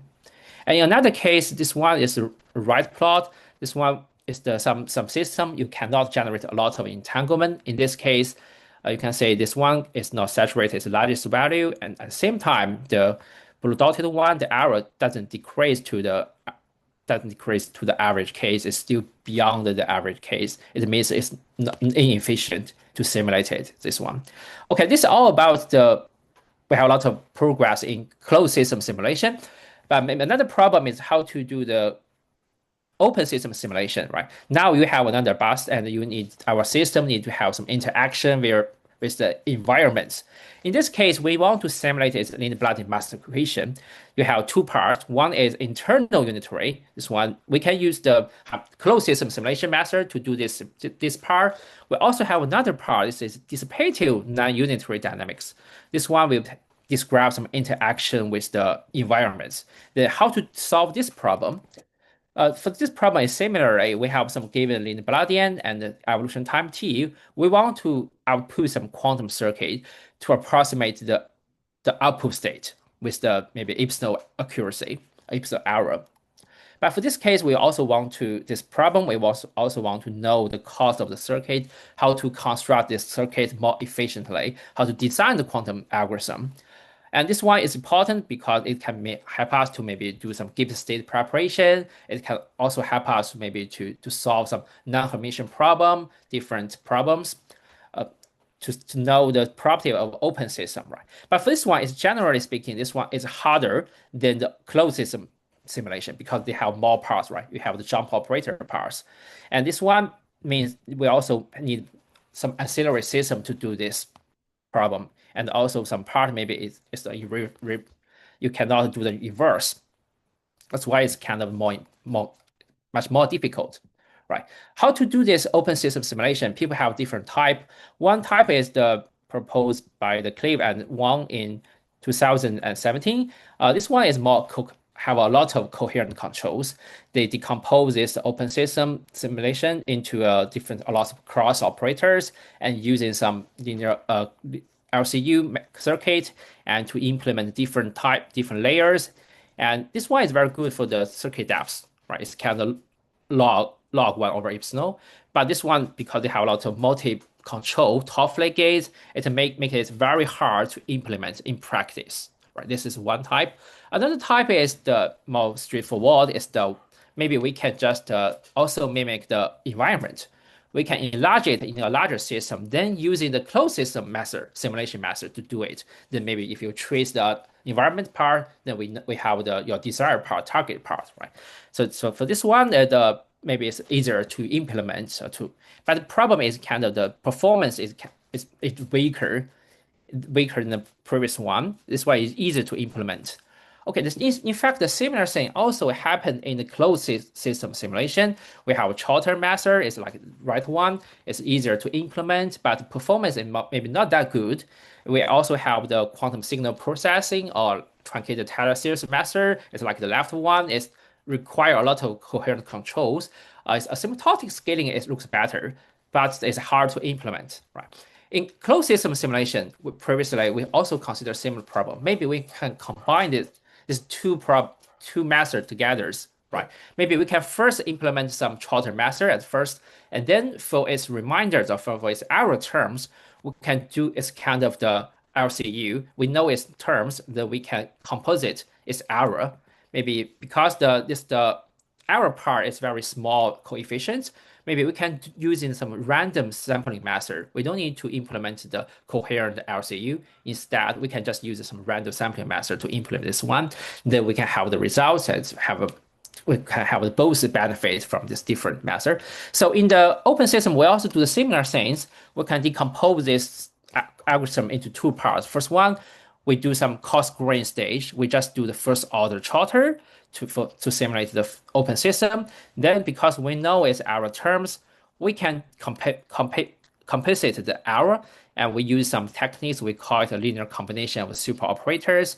And then we can kind of achieve only require one oscillator, but we can improve the precision from the 1 over epsilon to the log 1 over epsilon. So we decrease the circuit depth a lot. Okay, let's say how we achieve this with more details. At first, we know the evolution part. This one, they have two parts. One is internal part. It's about the Hamiltonian simulation part, closed system. So this one is not a hard one. Maybe the hard one, essential concern is about dissipative parts, right? Dissipative part, you have a lot of jump operators, different L. So we can implement this one by one. For each L, we just choose some Hamiltonian JL, then do the evolution of this E2 minus IJL. Then if you trace the first ancillary, for the target one, we can have the kind of evolution to this target system, right? This is the first step. But for this one, because it's just a first order trotter, so you have errors, it's the second order errors. And then we can implement different blocks for different jump operator, do it one by one. And for error terms, we have two parts. One is trotter error. Another part is the dissipative approximation implement this one. But we know the structure of these errors. So then in the second part, because we know the error terms, what it looks like, we can decompose it and write it maybe in use Taylor expansions. And then we decompose it with a lot of different poly operators and implement with it one by one using random sampling method, because all the coefficient is very small, so we don't have a very large overhead.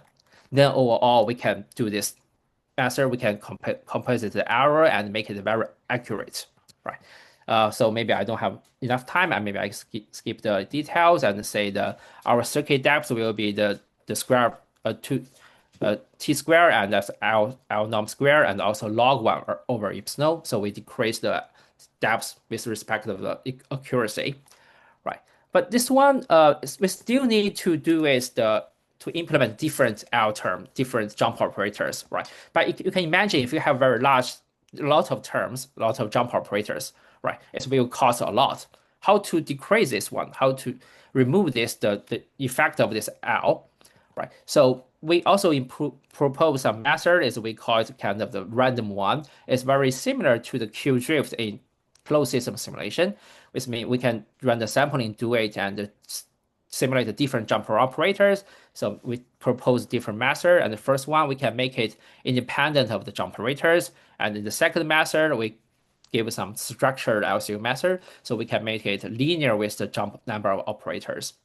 Okay, this is about how to simulate the closed system, open system, right? Another interesting question is, if you can simulate the open system, what kind of applications, right? Maybe it can help you to know some non-Hermitian properties or different different systems, right? Another advantage is we can use it to solve different linear differential equation. You can find that this one is quite similar because for the differential equation and Schrödinger equations. Only the difference is that this one is maybe not anti-Hermitian. So the difficulty here is how to embed this non-unitary one into some unitary circuit, right? In the open system, it's also similar, right? You need to embed some non-unitary one into a unitary circuit. Okay, so here we tackle this non-unitary ordinary differential equation by using the non-unitary open system. The key idea is maybe you can do some state preparation at first, but here we encode your target state here in the upper right block, here this part, and then we have some target differential equation, and we can construct some linear Balassian, this this linear body will correspond to the differential equation. Then we can implement the linear body simulation. It means open system simulation. Okay, after you do this open system simulation, you can find out in your upper right block, this state will be evolved to another state. This state is it's just your output state, your desired state after your ordinary differential equation. Okay, so next step, you can just make some measurement, also do some amplitude amplification. Then you can extract the information for the state in the upper right block for this state. Okay, so a key difference here with the maybe other previous method, like the subspace evolution problem, or maybe quantum linear system solver problem. This method is we kind of only focus on upper right block. We encode your output state in the upper right block and solve this one. It means if you happen to have some method to do the closed open system simulation, then you can also use it to solve the ordinary differential equation problem. So this one, also very lucky for this method. We also show that if you can simulate this one linear body, very good one with the state-of-art method, then we can also achieve the near optimal complexity for ordinary differential equation. So this one, we provide a different new method, a totally new method for solving the differential equation, quite different with the previous method. Okay, I guess right. I will do some summary very quickly. Yeah, we showed a lot of results about closed system simulation, and also we know that for the simulation method or algorithm, it will perform better if you have the information of initial state and also observable. It make it more practical. We reduce the circuit depth and width and make it more better for future implementation for our NISQ hardware. And also we give some new design for the open system algorithm, how to simulate the open system more efficiently. Then maybe we can use this method to do some Gibbs state preparation and then help us to benefit our quantum machine learning method. And last, in the third part, we also show a totally different design philosophy about how to solve ordinary differential equation. We just embed this problem into a open system simulation problem, right? So if you're in your lab, you happen to have some system is quite similar with that in the Bladian, that's the open system in the Bladian, then you can also do it in an analog way, right? This is about the summary, and in the future, we want to say more interesting about if we want to achieve the quantum advantage, right? What kind of result we require, and it's very far from our nowadays current hardware, or maybe we can do it in the near future, right? Another maybe interesting one is I think in this field, we need to consider some more specific applications. Now we just propose some general method. You can use it to simulate different Hamiltonians, like the fermions or different qubits or spins, different ones. But maybe if you focus on some different applications, focus on specific Hamiltonians, maybe we can propose some other better methods for the closed system, both the closed system and open system, right? Like maybe we should consider more about high energy physics problem, and also we can use to simulate some materials. Then they can help us to develop new materials, and also maybe if you want to do some deep sampling or state preparation in quantum machine learning problem, then they may have the basic type of structure for this Hamiltonian age. Then what kind of the improvement we can expect, right?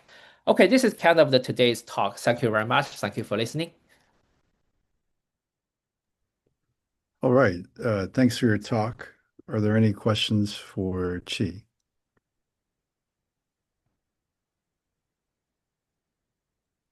Yeah, can I have a... Yes, please. Yeah, thank you. Just like a quick comment about the last part of quantum open dynamics. I mean, the main problem is taking the non-unitary into unitary.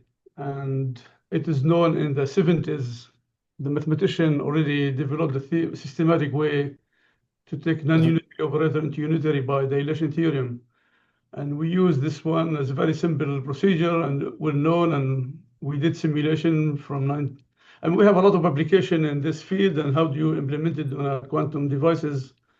Just using the simple dilation theorem, and you go from non-unitary to unitary. Okay, yeah. Thank you for telling me this. Maybe I will read the related paper in the future, right?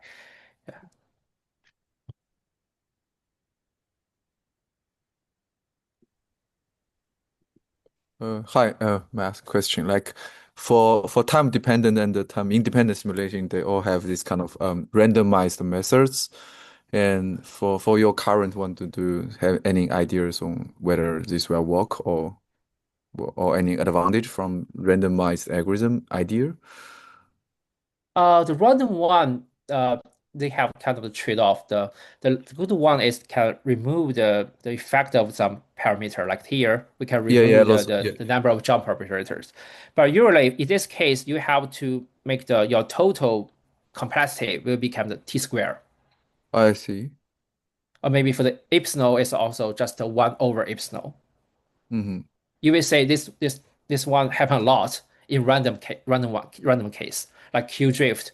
Another recently they have the randomized quantum QSVT, randomized QSVT. Yeah, randomized QSVT. Yeah, okay. they're also similar saying the t square on 1 over epsilon. So they don't have the good performance for the accuracy and the time scaling, but have the good performance for some different the number of operators like this one, right? So it's hard to say which one is better. It depends on what kind of the Hamiltonian, what kind of system you want to simulate. Okay. Yeah. Thanks. Yeah.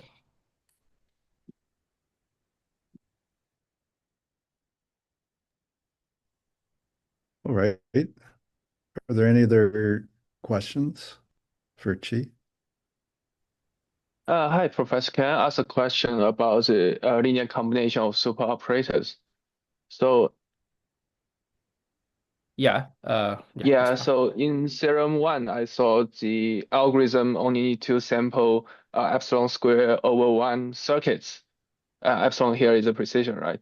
So I want to ask because for usual circuits, this scaling is also the sampling cost for usual circuit, but it's the same for non-unitary dynamics. So are there any trade-off, or this is just the case? I mean, for simulating unitary dynamics, the expectation value is like epsilon squared over 1. But for non-unitary dynamic, it remains the same. I think there must be some trade-off or in there, right? I'm not so sure I understand your question clearly, because if you don't do the composition, then the error will be 1 over epsilon, right? But if you do some composition, then you can improve the accuracy. Because you know the structure of the error terms in after the first stage, right? So you can just list all the terms, the error terms, and do it one by one to do the composition. Yes, but for the because from the Hofstadter inequality. So if we want to get precision for epsilon over 1 and or 1 over epsilon, so we will get 1 over epsilon squared for any expectation value. But when we are simulating non-unitary dynamic, I did not see any extra cost. I think this is maybe. I say what you mean. You mean the sampling, the kind of the sampling overhead, right? Yes. Yeah. Here we also have the sampling overhead, like you said. So you have to do a lot of repetitions, right? Then you can estimate something accurately. But here I only show the circuit depth. It's not the total gate. It's not. So we don't show the sampling here. But in our paper, we also include the sampling. You need to repeat it how many times, then you can make it kind of very accurate. Right. The similar thing also happened in the closed system in this paper. We also have the similar thing. You have to do the sampling a lot of times. But the good thing is just like quickly, because I think maybe he meant because when you go from non-unitary to unitary, at least you double the space. So scaling with the number of qubits is going to change. Probably this is what he meant. So, because you Uh, double the space by going from non-unitary to unitary. we don't double the space. We only have one oscillator, only one oscillator, not doubled. Anyway, I mean, this is I the guess minimum. the dimension doubles, but then you just need one Oh, other qubit. oh, okay, yeah. The overhead is kind of similar. I mean, for the sampling one, with the Okay, for both thank you. close and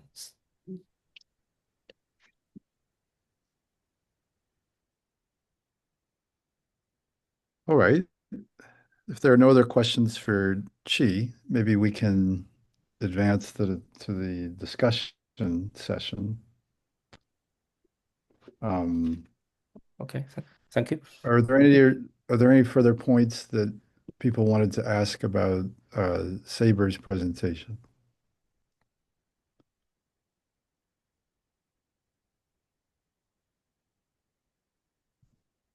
Okay.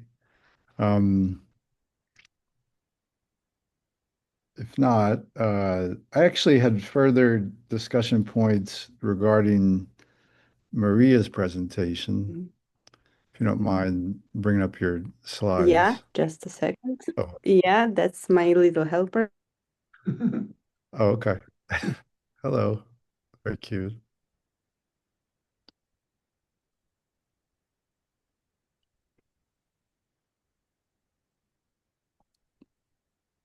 All right, I think which we can Oh yeah. continue. So this came up. So your collaborator Michele Grossi, he recently gave a talk at QTML, and I raised the same point in his talk.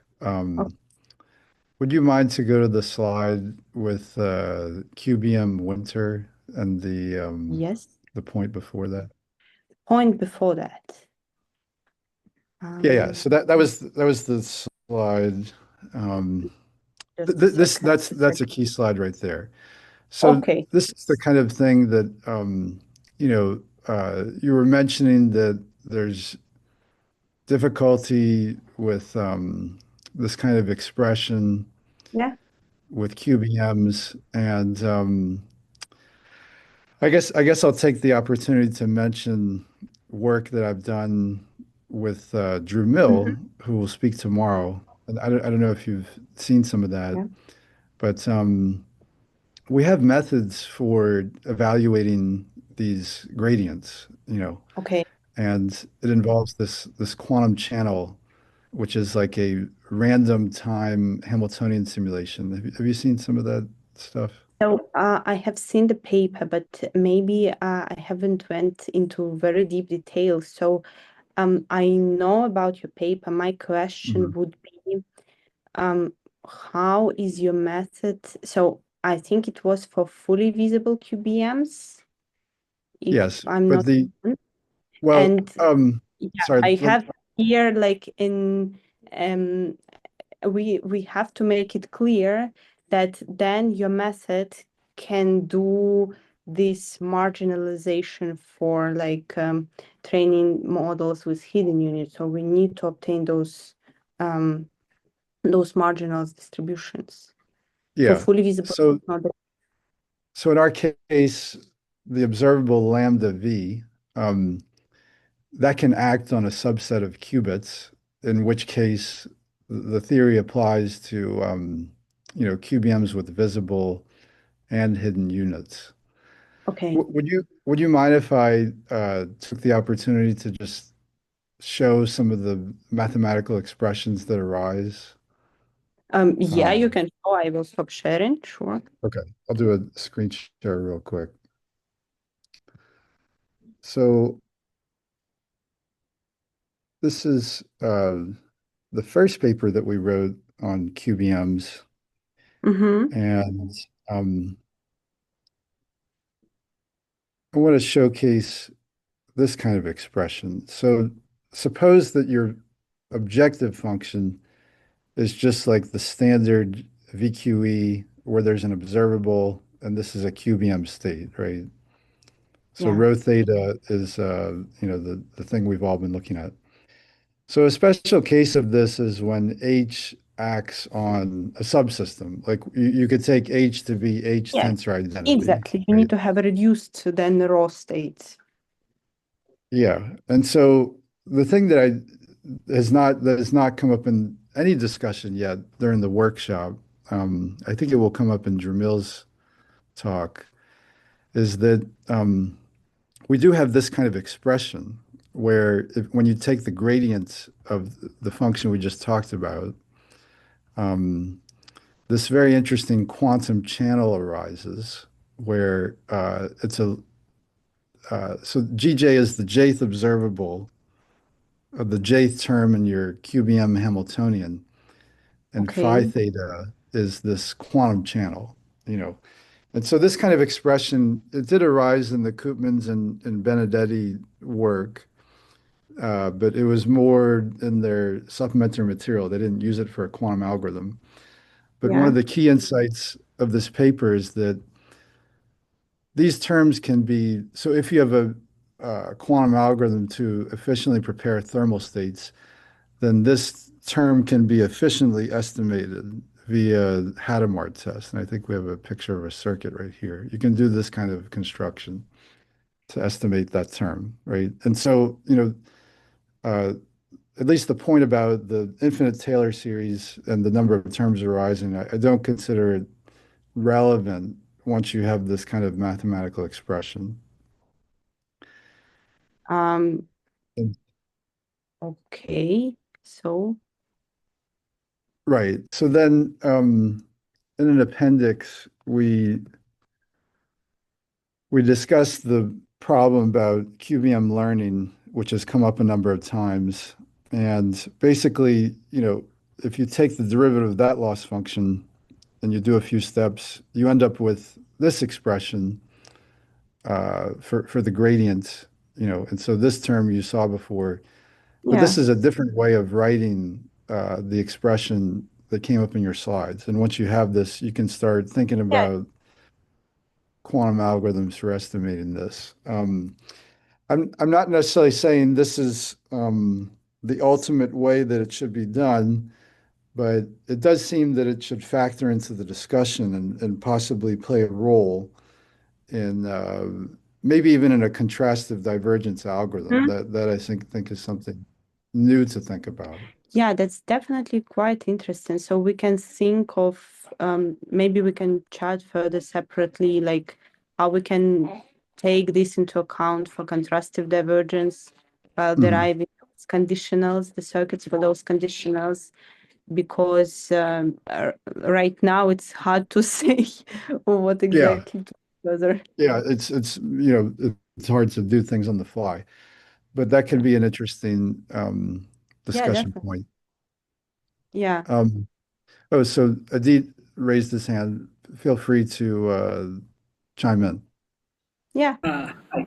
Can you go to your contrastive divergence slide, if possible? Okay, that's to me. Okay, yes, possible. Let me share the screen. Second. Contrastive divergence, which slide exactly you want? I think, this is good. So the historical note on Hinton's contrastive divergence is that he was able to achieve it because of conditional independence. So in the previous slide, when you say you keep sampling, that sampling is hard usually because you're now trying to sample 2 raised to a bit, an m bit string directly. And that would be a probability distribution over 2 raised to m possible bits. And this is in relation to what Mark has asked as well, whether this circuit itself is feasible. So in the quantum case, I don't know if you've got a chance to see our paper. It was out, I think, around July, late July, August. So even in the Iw-Qbm case, you can actually show that if you do this measurement that you have, you can now have some kind of conditional independence. And in the classical case, it will break up into products. And so just a second. Yeah. Here I want to clarify one thing. So I agree that there would be conditional independence when we want to sample, when we want to look at the conditional probability distribution like for hidden given visibles, that would be in fact indeed conditionally independent, and that's why I write on the slide that for one step of this you can actually do this classically. And you're saying However, that you do the reverse? Yeah, however, the please. reverse, it didn't look like it's possible to be done. It wouldn't be conditionally independent because your hidden units are quantum now. So And this if you measure your hidden units along the Z basis, it will now go back to a classical RPM essentially for your visible. So you should be able to get some independence back. Yeah, but But you on have also arbitrary basis, you can't. the X and Y, and this won't be just independent. Yeah, so you have to make a algorithmic choice somewhere, and then you should be able to run it with independence. Is my suggestion. We can take Again, what is the suggestion? So for hidden units, we in general run the algorithm in the, let's say, for loop among your Pauli bases that are present. Already, this is in the paper. So can you repeat, please, your suggestion, because I couldn't get it. So you would ideally want some kind of conditional independence going both ways, so that you can run an efficient algorithm. So what you could do on the visible space. So visible, hidden given visible, I think is easy. We both agree that you will get some kind of conditional independence, and then you can start measuring. Hidden given visible, because all you need is a visible sample, you should be able to make some, obviously this is a compromise of sorts. You should be able to measure the hidden along the Z direction. And if you do that, if you measure the hidden units along the Z direction, you essentially now collapse the hidden system into a classical RPM essentially. And that gives you conditional independence and gives you the freedom to update the visible units. It's obviously a compromise, but that should give you more scale. Yes, but I mean, we still have to, so it would be a compromise which may give us not a very stable approximation. I mean, here one really have to think how this approximation will then reflect into the quality of the gradients. Yeah, so we ran it and we saw that it actually does work. So I will email you with my paper and we can talk later. Okay, but what about okay, we can talk about this later because I have other concerns. Sure. Okay. I actually wanted to, Sabre, please go ahead. I think you're on mute. If your question is the same line, just continue. I have other question about the Ising type Hamiltonian that Maria and Cenk mentioned. But if you have something else the same, I don't want to change the direction of the discussion. Maybe I'll just briefly mention, and this is now going to be a shameless plug, so my apologies in advance. I just wanted to mention briefly, I uploaded, if you don't mind, removing the screen share. Yes, sorry, I just didn't get.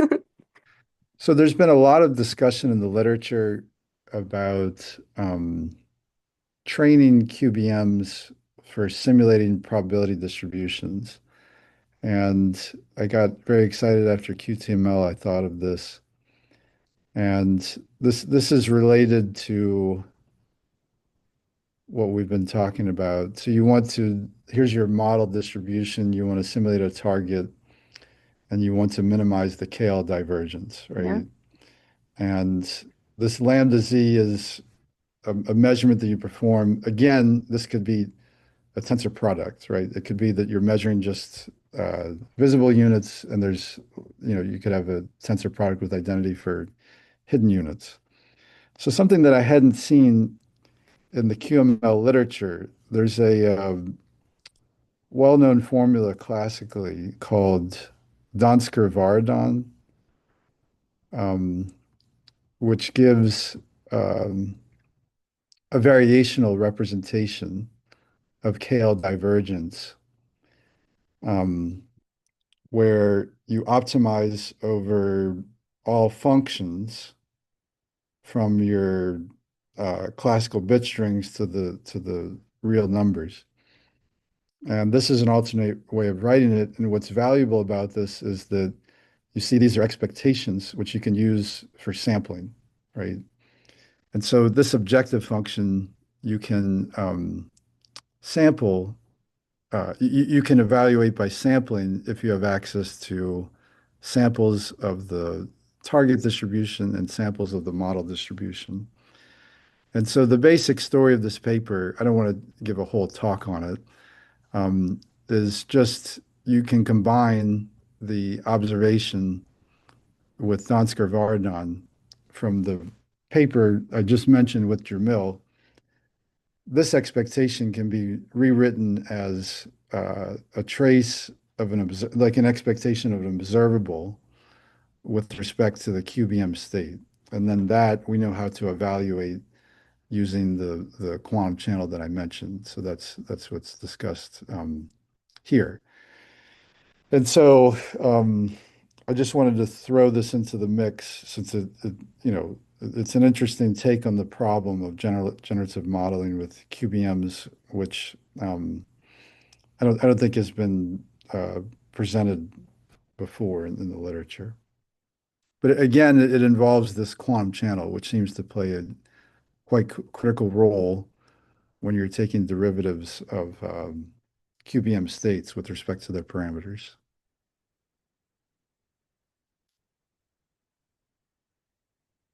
So I'll just leave it at that. And so that's something that we can talk more about it's offline. definitely interesting and worth discussing further, I would say. Okay, so there's a comment in the chat from Pratiksha. Feel free to unmute and chat about it. I think it might be most relevant for Sabre. Yeah, I would like to go back to Maria. Yeah. You guys both that for quantum RBM, the Ising Hamiltonian was not a good example. Yeah. I mean, can you elaborate on this? And because we know there is a complex phase diagram. Is it? Yeah. It's not good. And can you elaborate on your statement again? Why this is not? Exactly. I think the important thing here is to understand that there are differences in the frameworks, what we are doing and what you mentioned in your presentation. So as far as I understand, you are targeting to use RBMs more like Hamiltonian learning, right? Which is completely different framework for what we are targeting to do. So we have a data set and we are trying to use QBMs as neural networks to learn the data.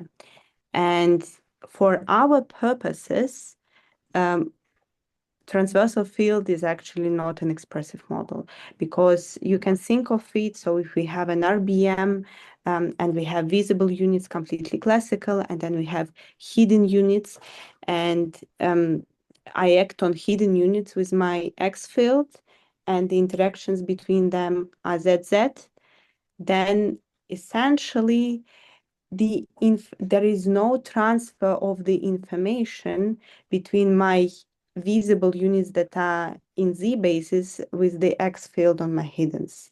To ensure that the model actually uses this X field to learn from the data, it's beneficial to add ZX connection between visible and hiddens. But this is for our framework. For your framework, transversal field Ising model may be a good model.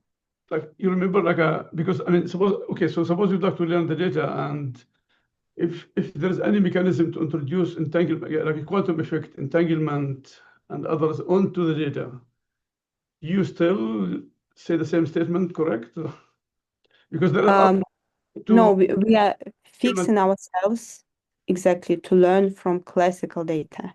And for this reason, I'm saying that the visible units are classical. So they take only in the matrix form, you have only diagonal input. And for this reason, I'm saying that we don't have transversal field acting on visibles.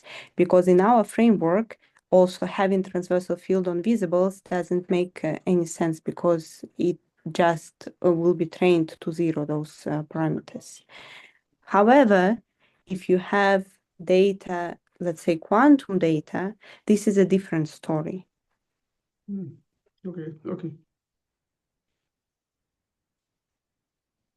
So it doesn't mean that for your framework and for let's say quantum models, this transversal field is a bad model. What we are saying is that people sometimes are aiming to do, let's say, classification with transversal field Hamiltonian, and then this won't bring anything to the picture. I get it. You focus on classical data. Okay. Yeah.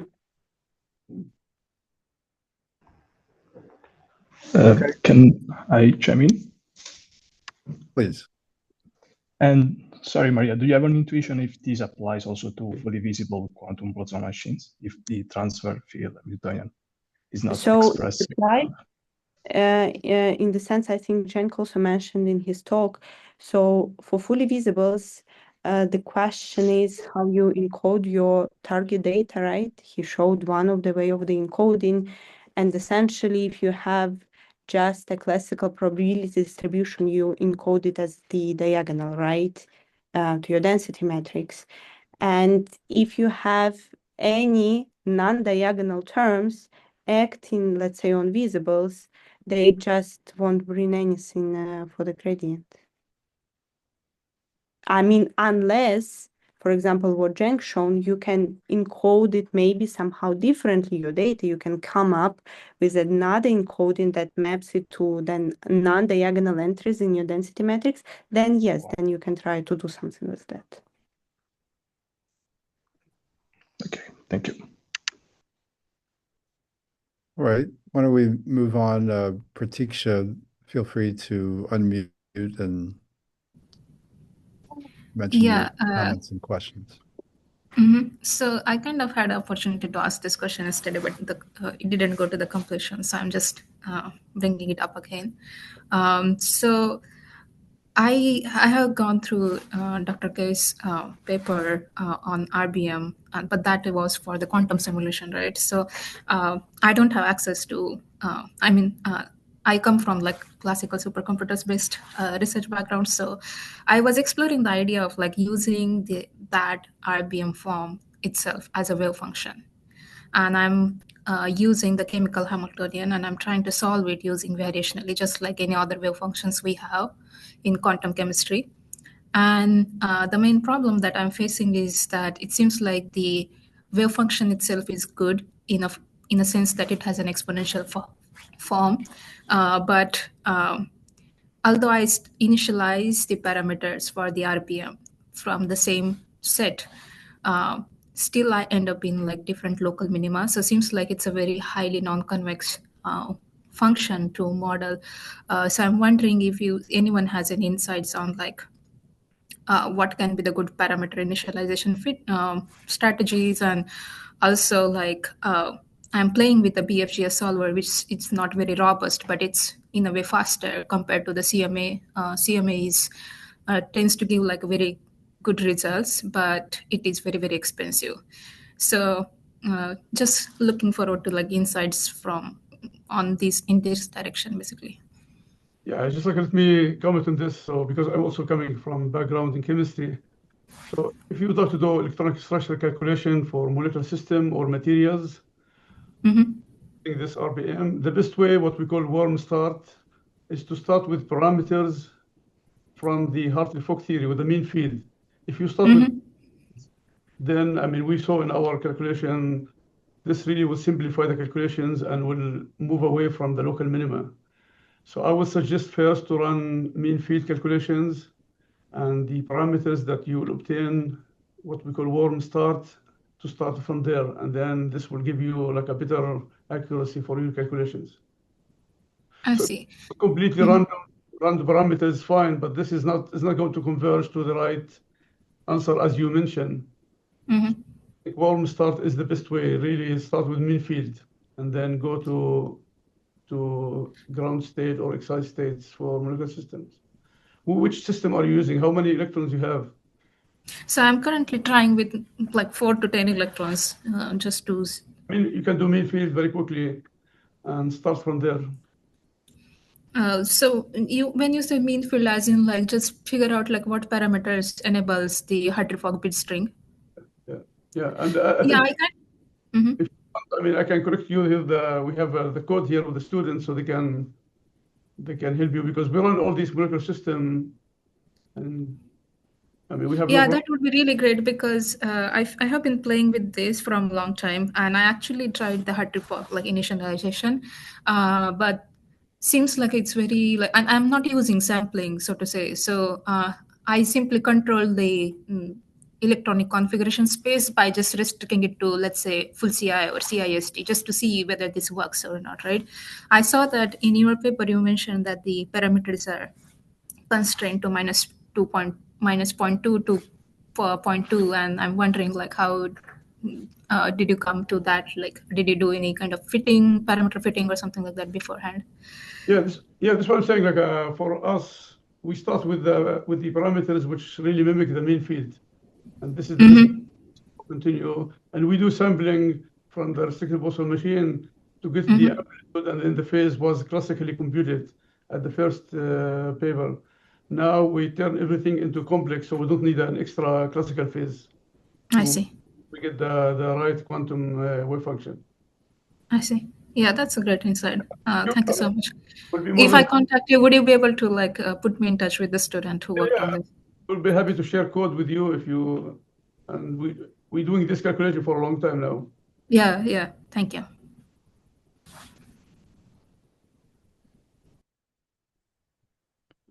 Okay. Are there any other? Go ahead. Sorry. Like there was direct message to me how quantum machine learning can be used to do dynamics, and we are also trying to like run this one. You just make your parameters as a function of time and run it with slices. So you can run RBM also, and quantum RBM for dynamics by changing the time. So the parameter will be function of time. So it's very clear. And the cost function, of course, will be different than static problems.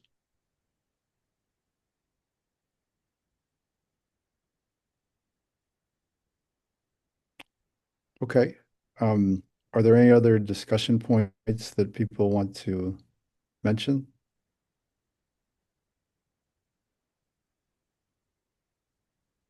All right.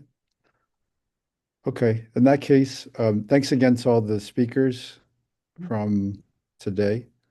And we'll meet in a little over 9 hours for our fourth session. Good. Sounds good. See you all later.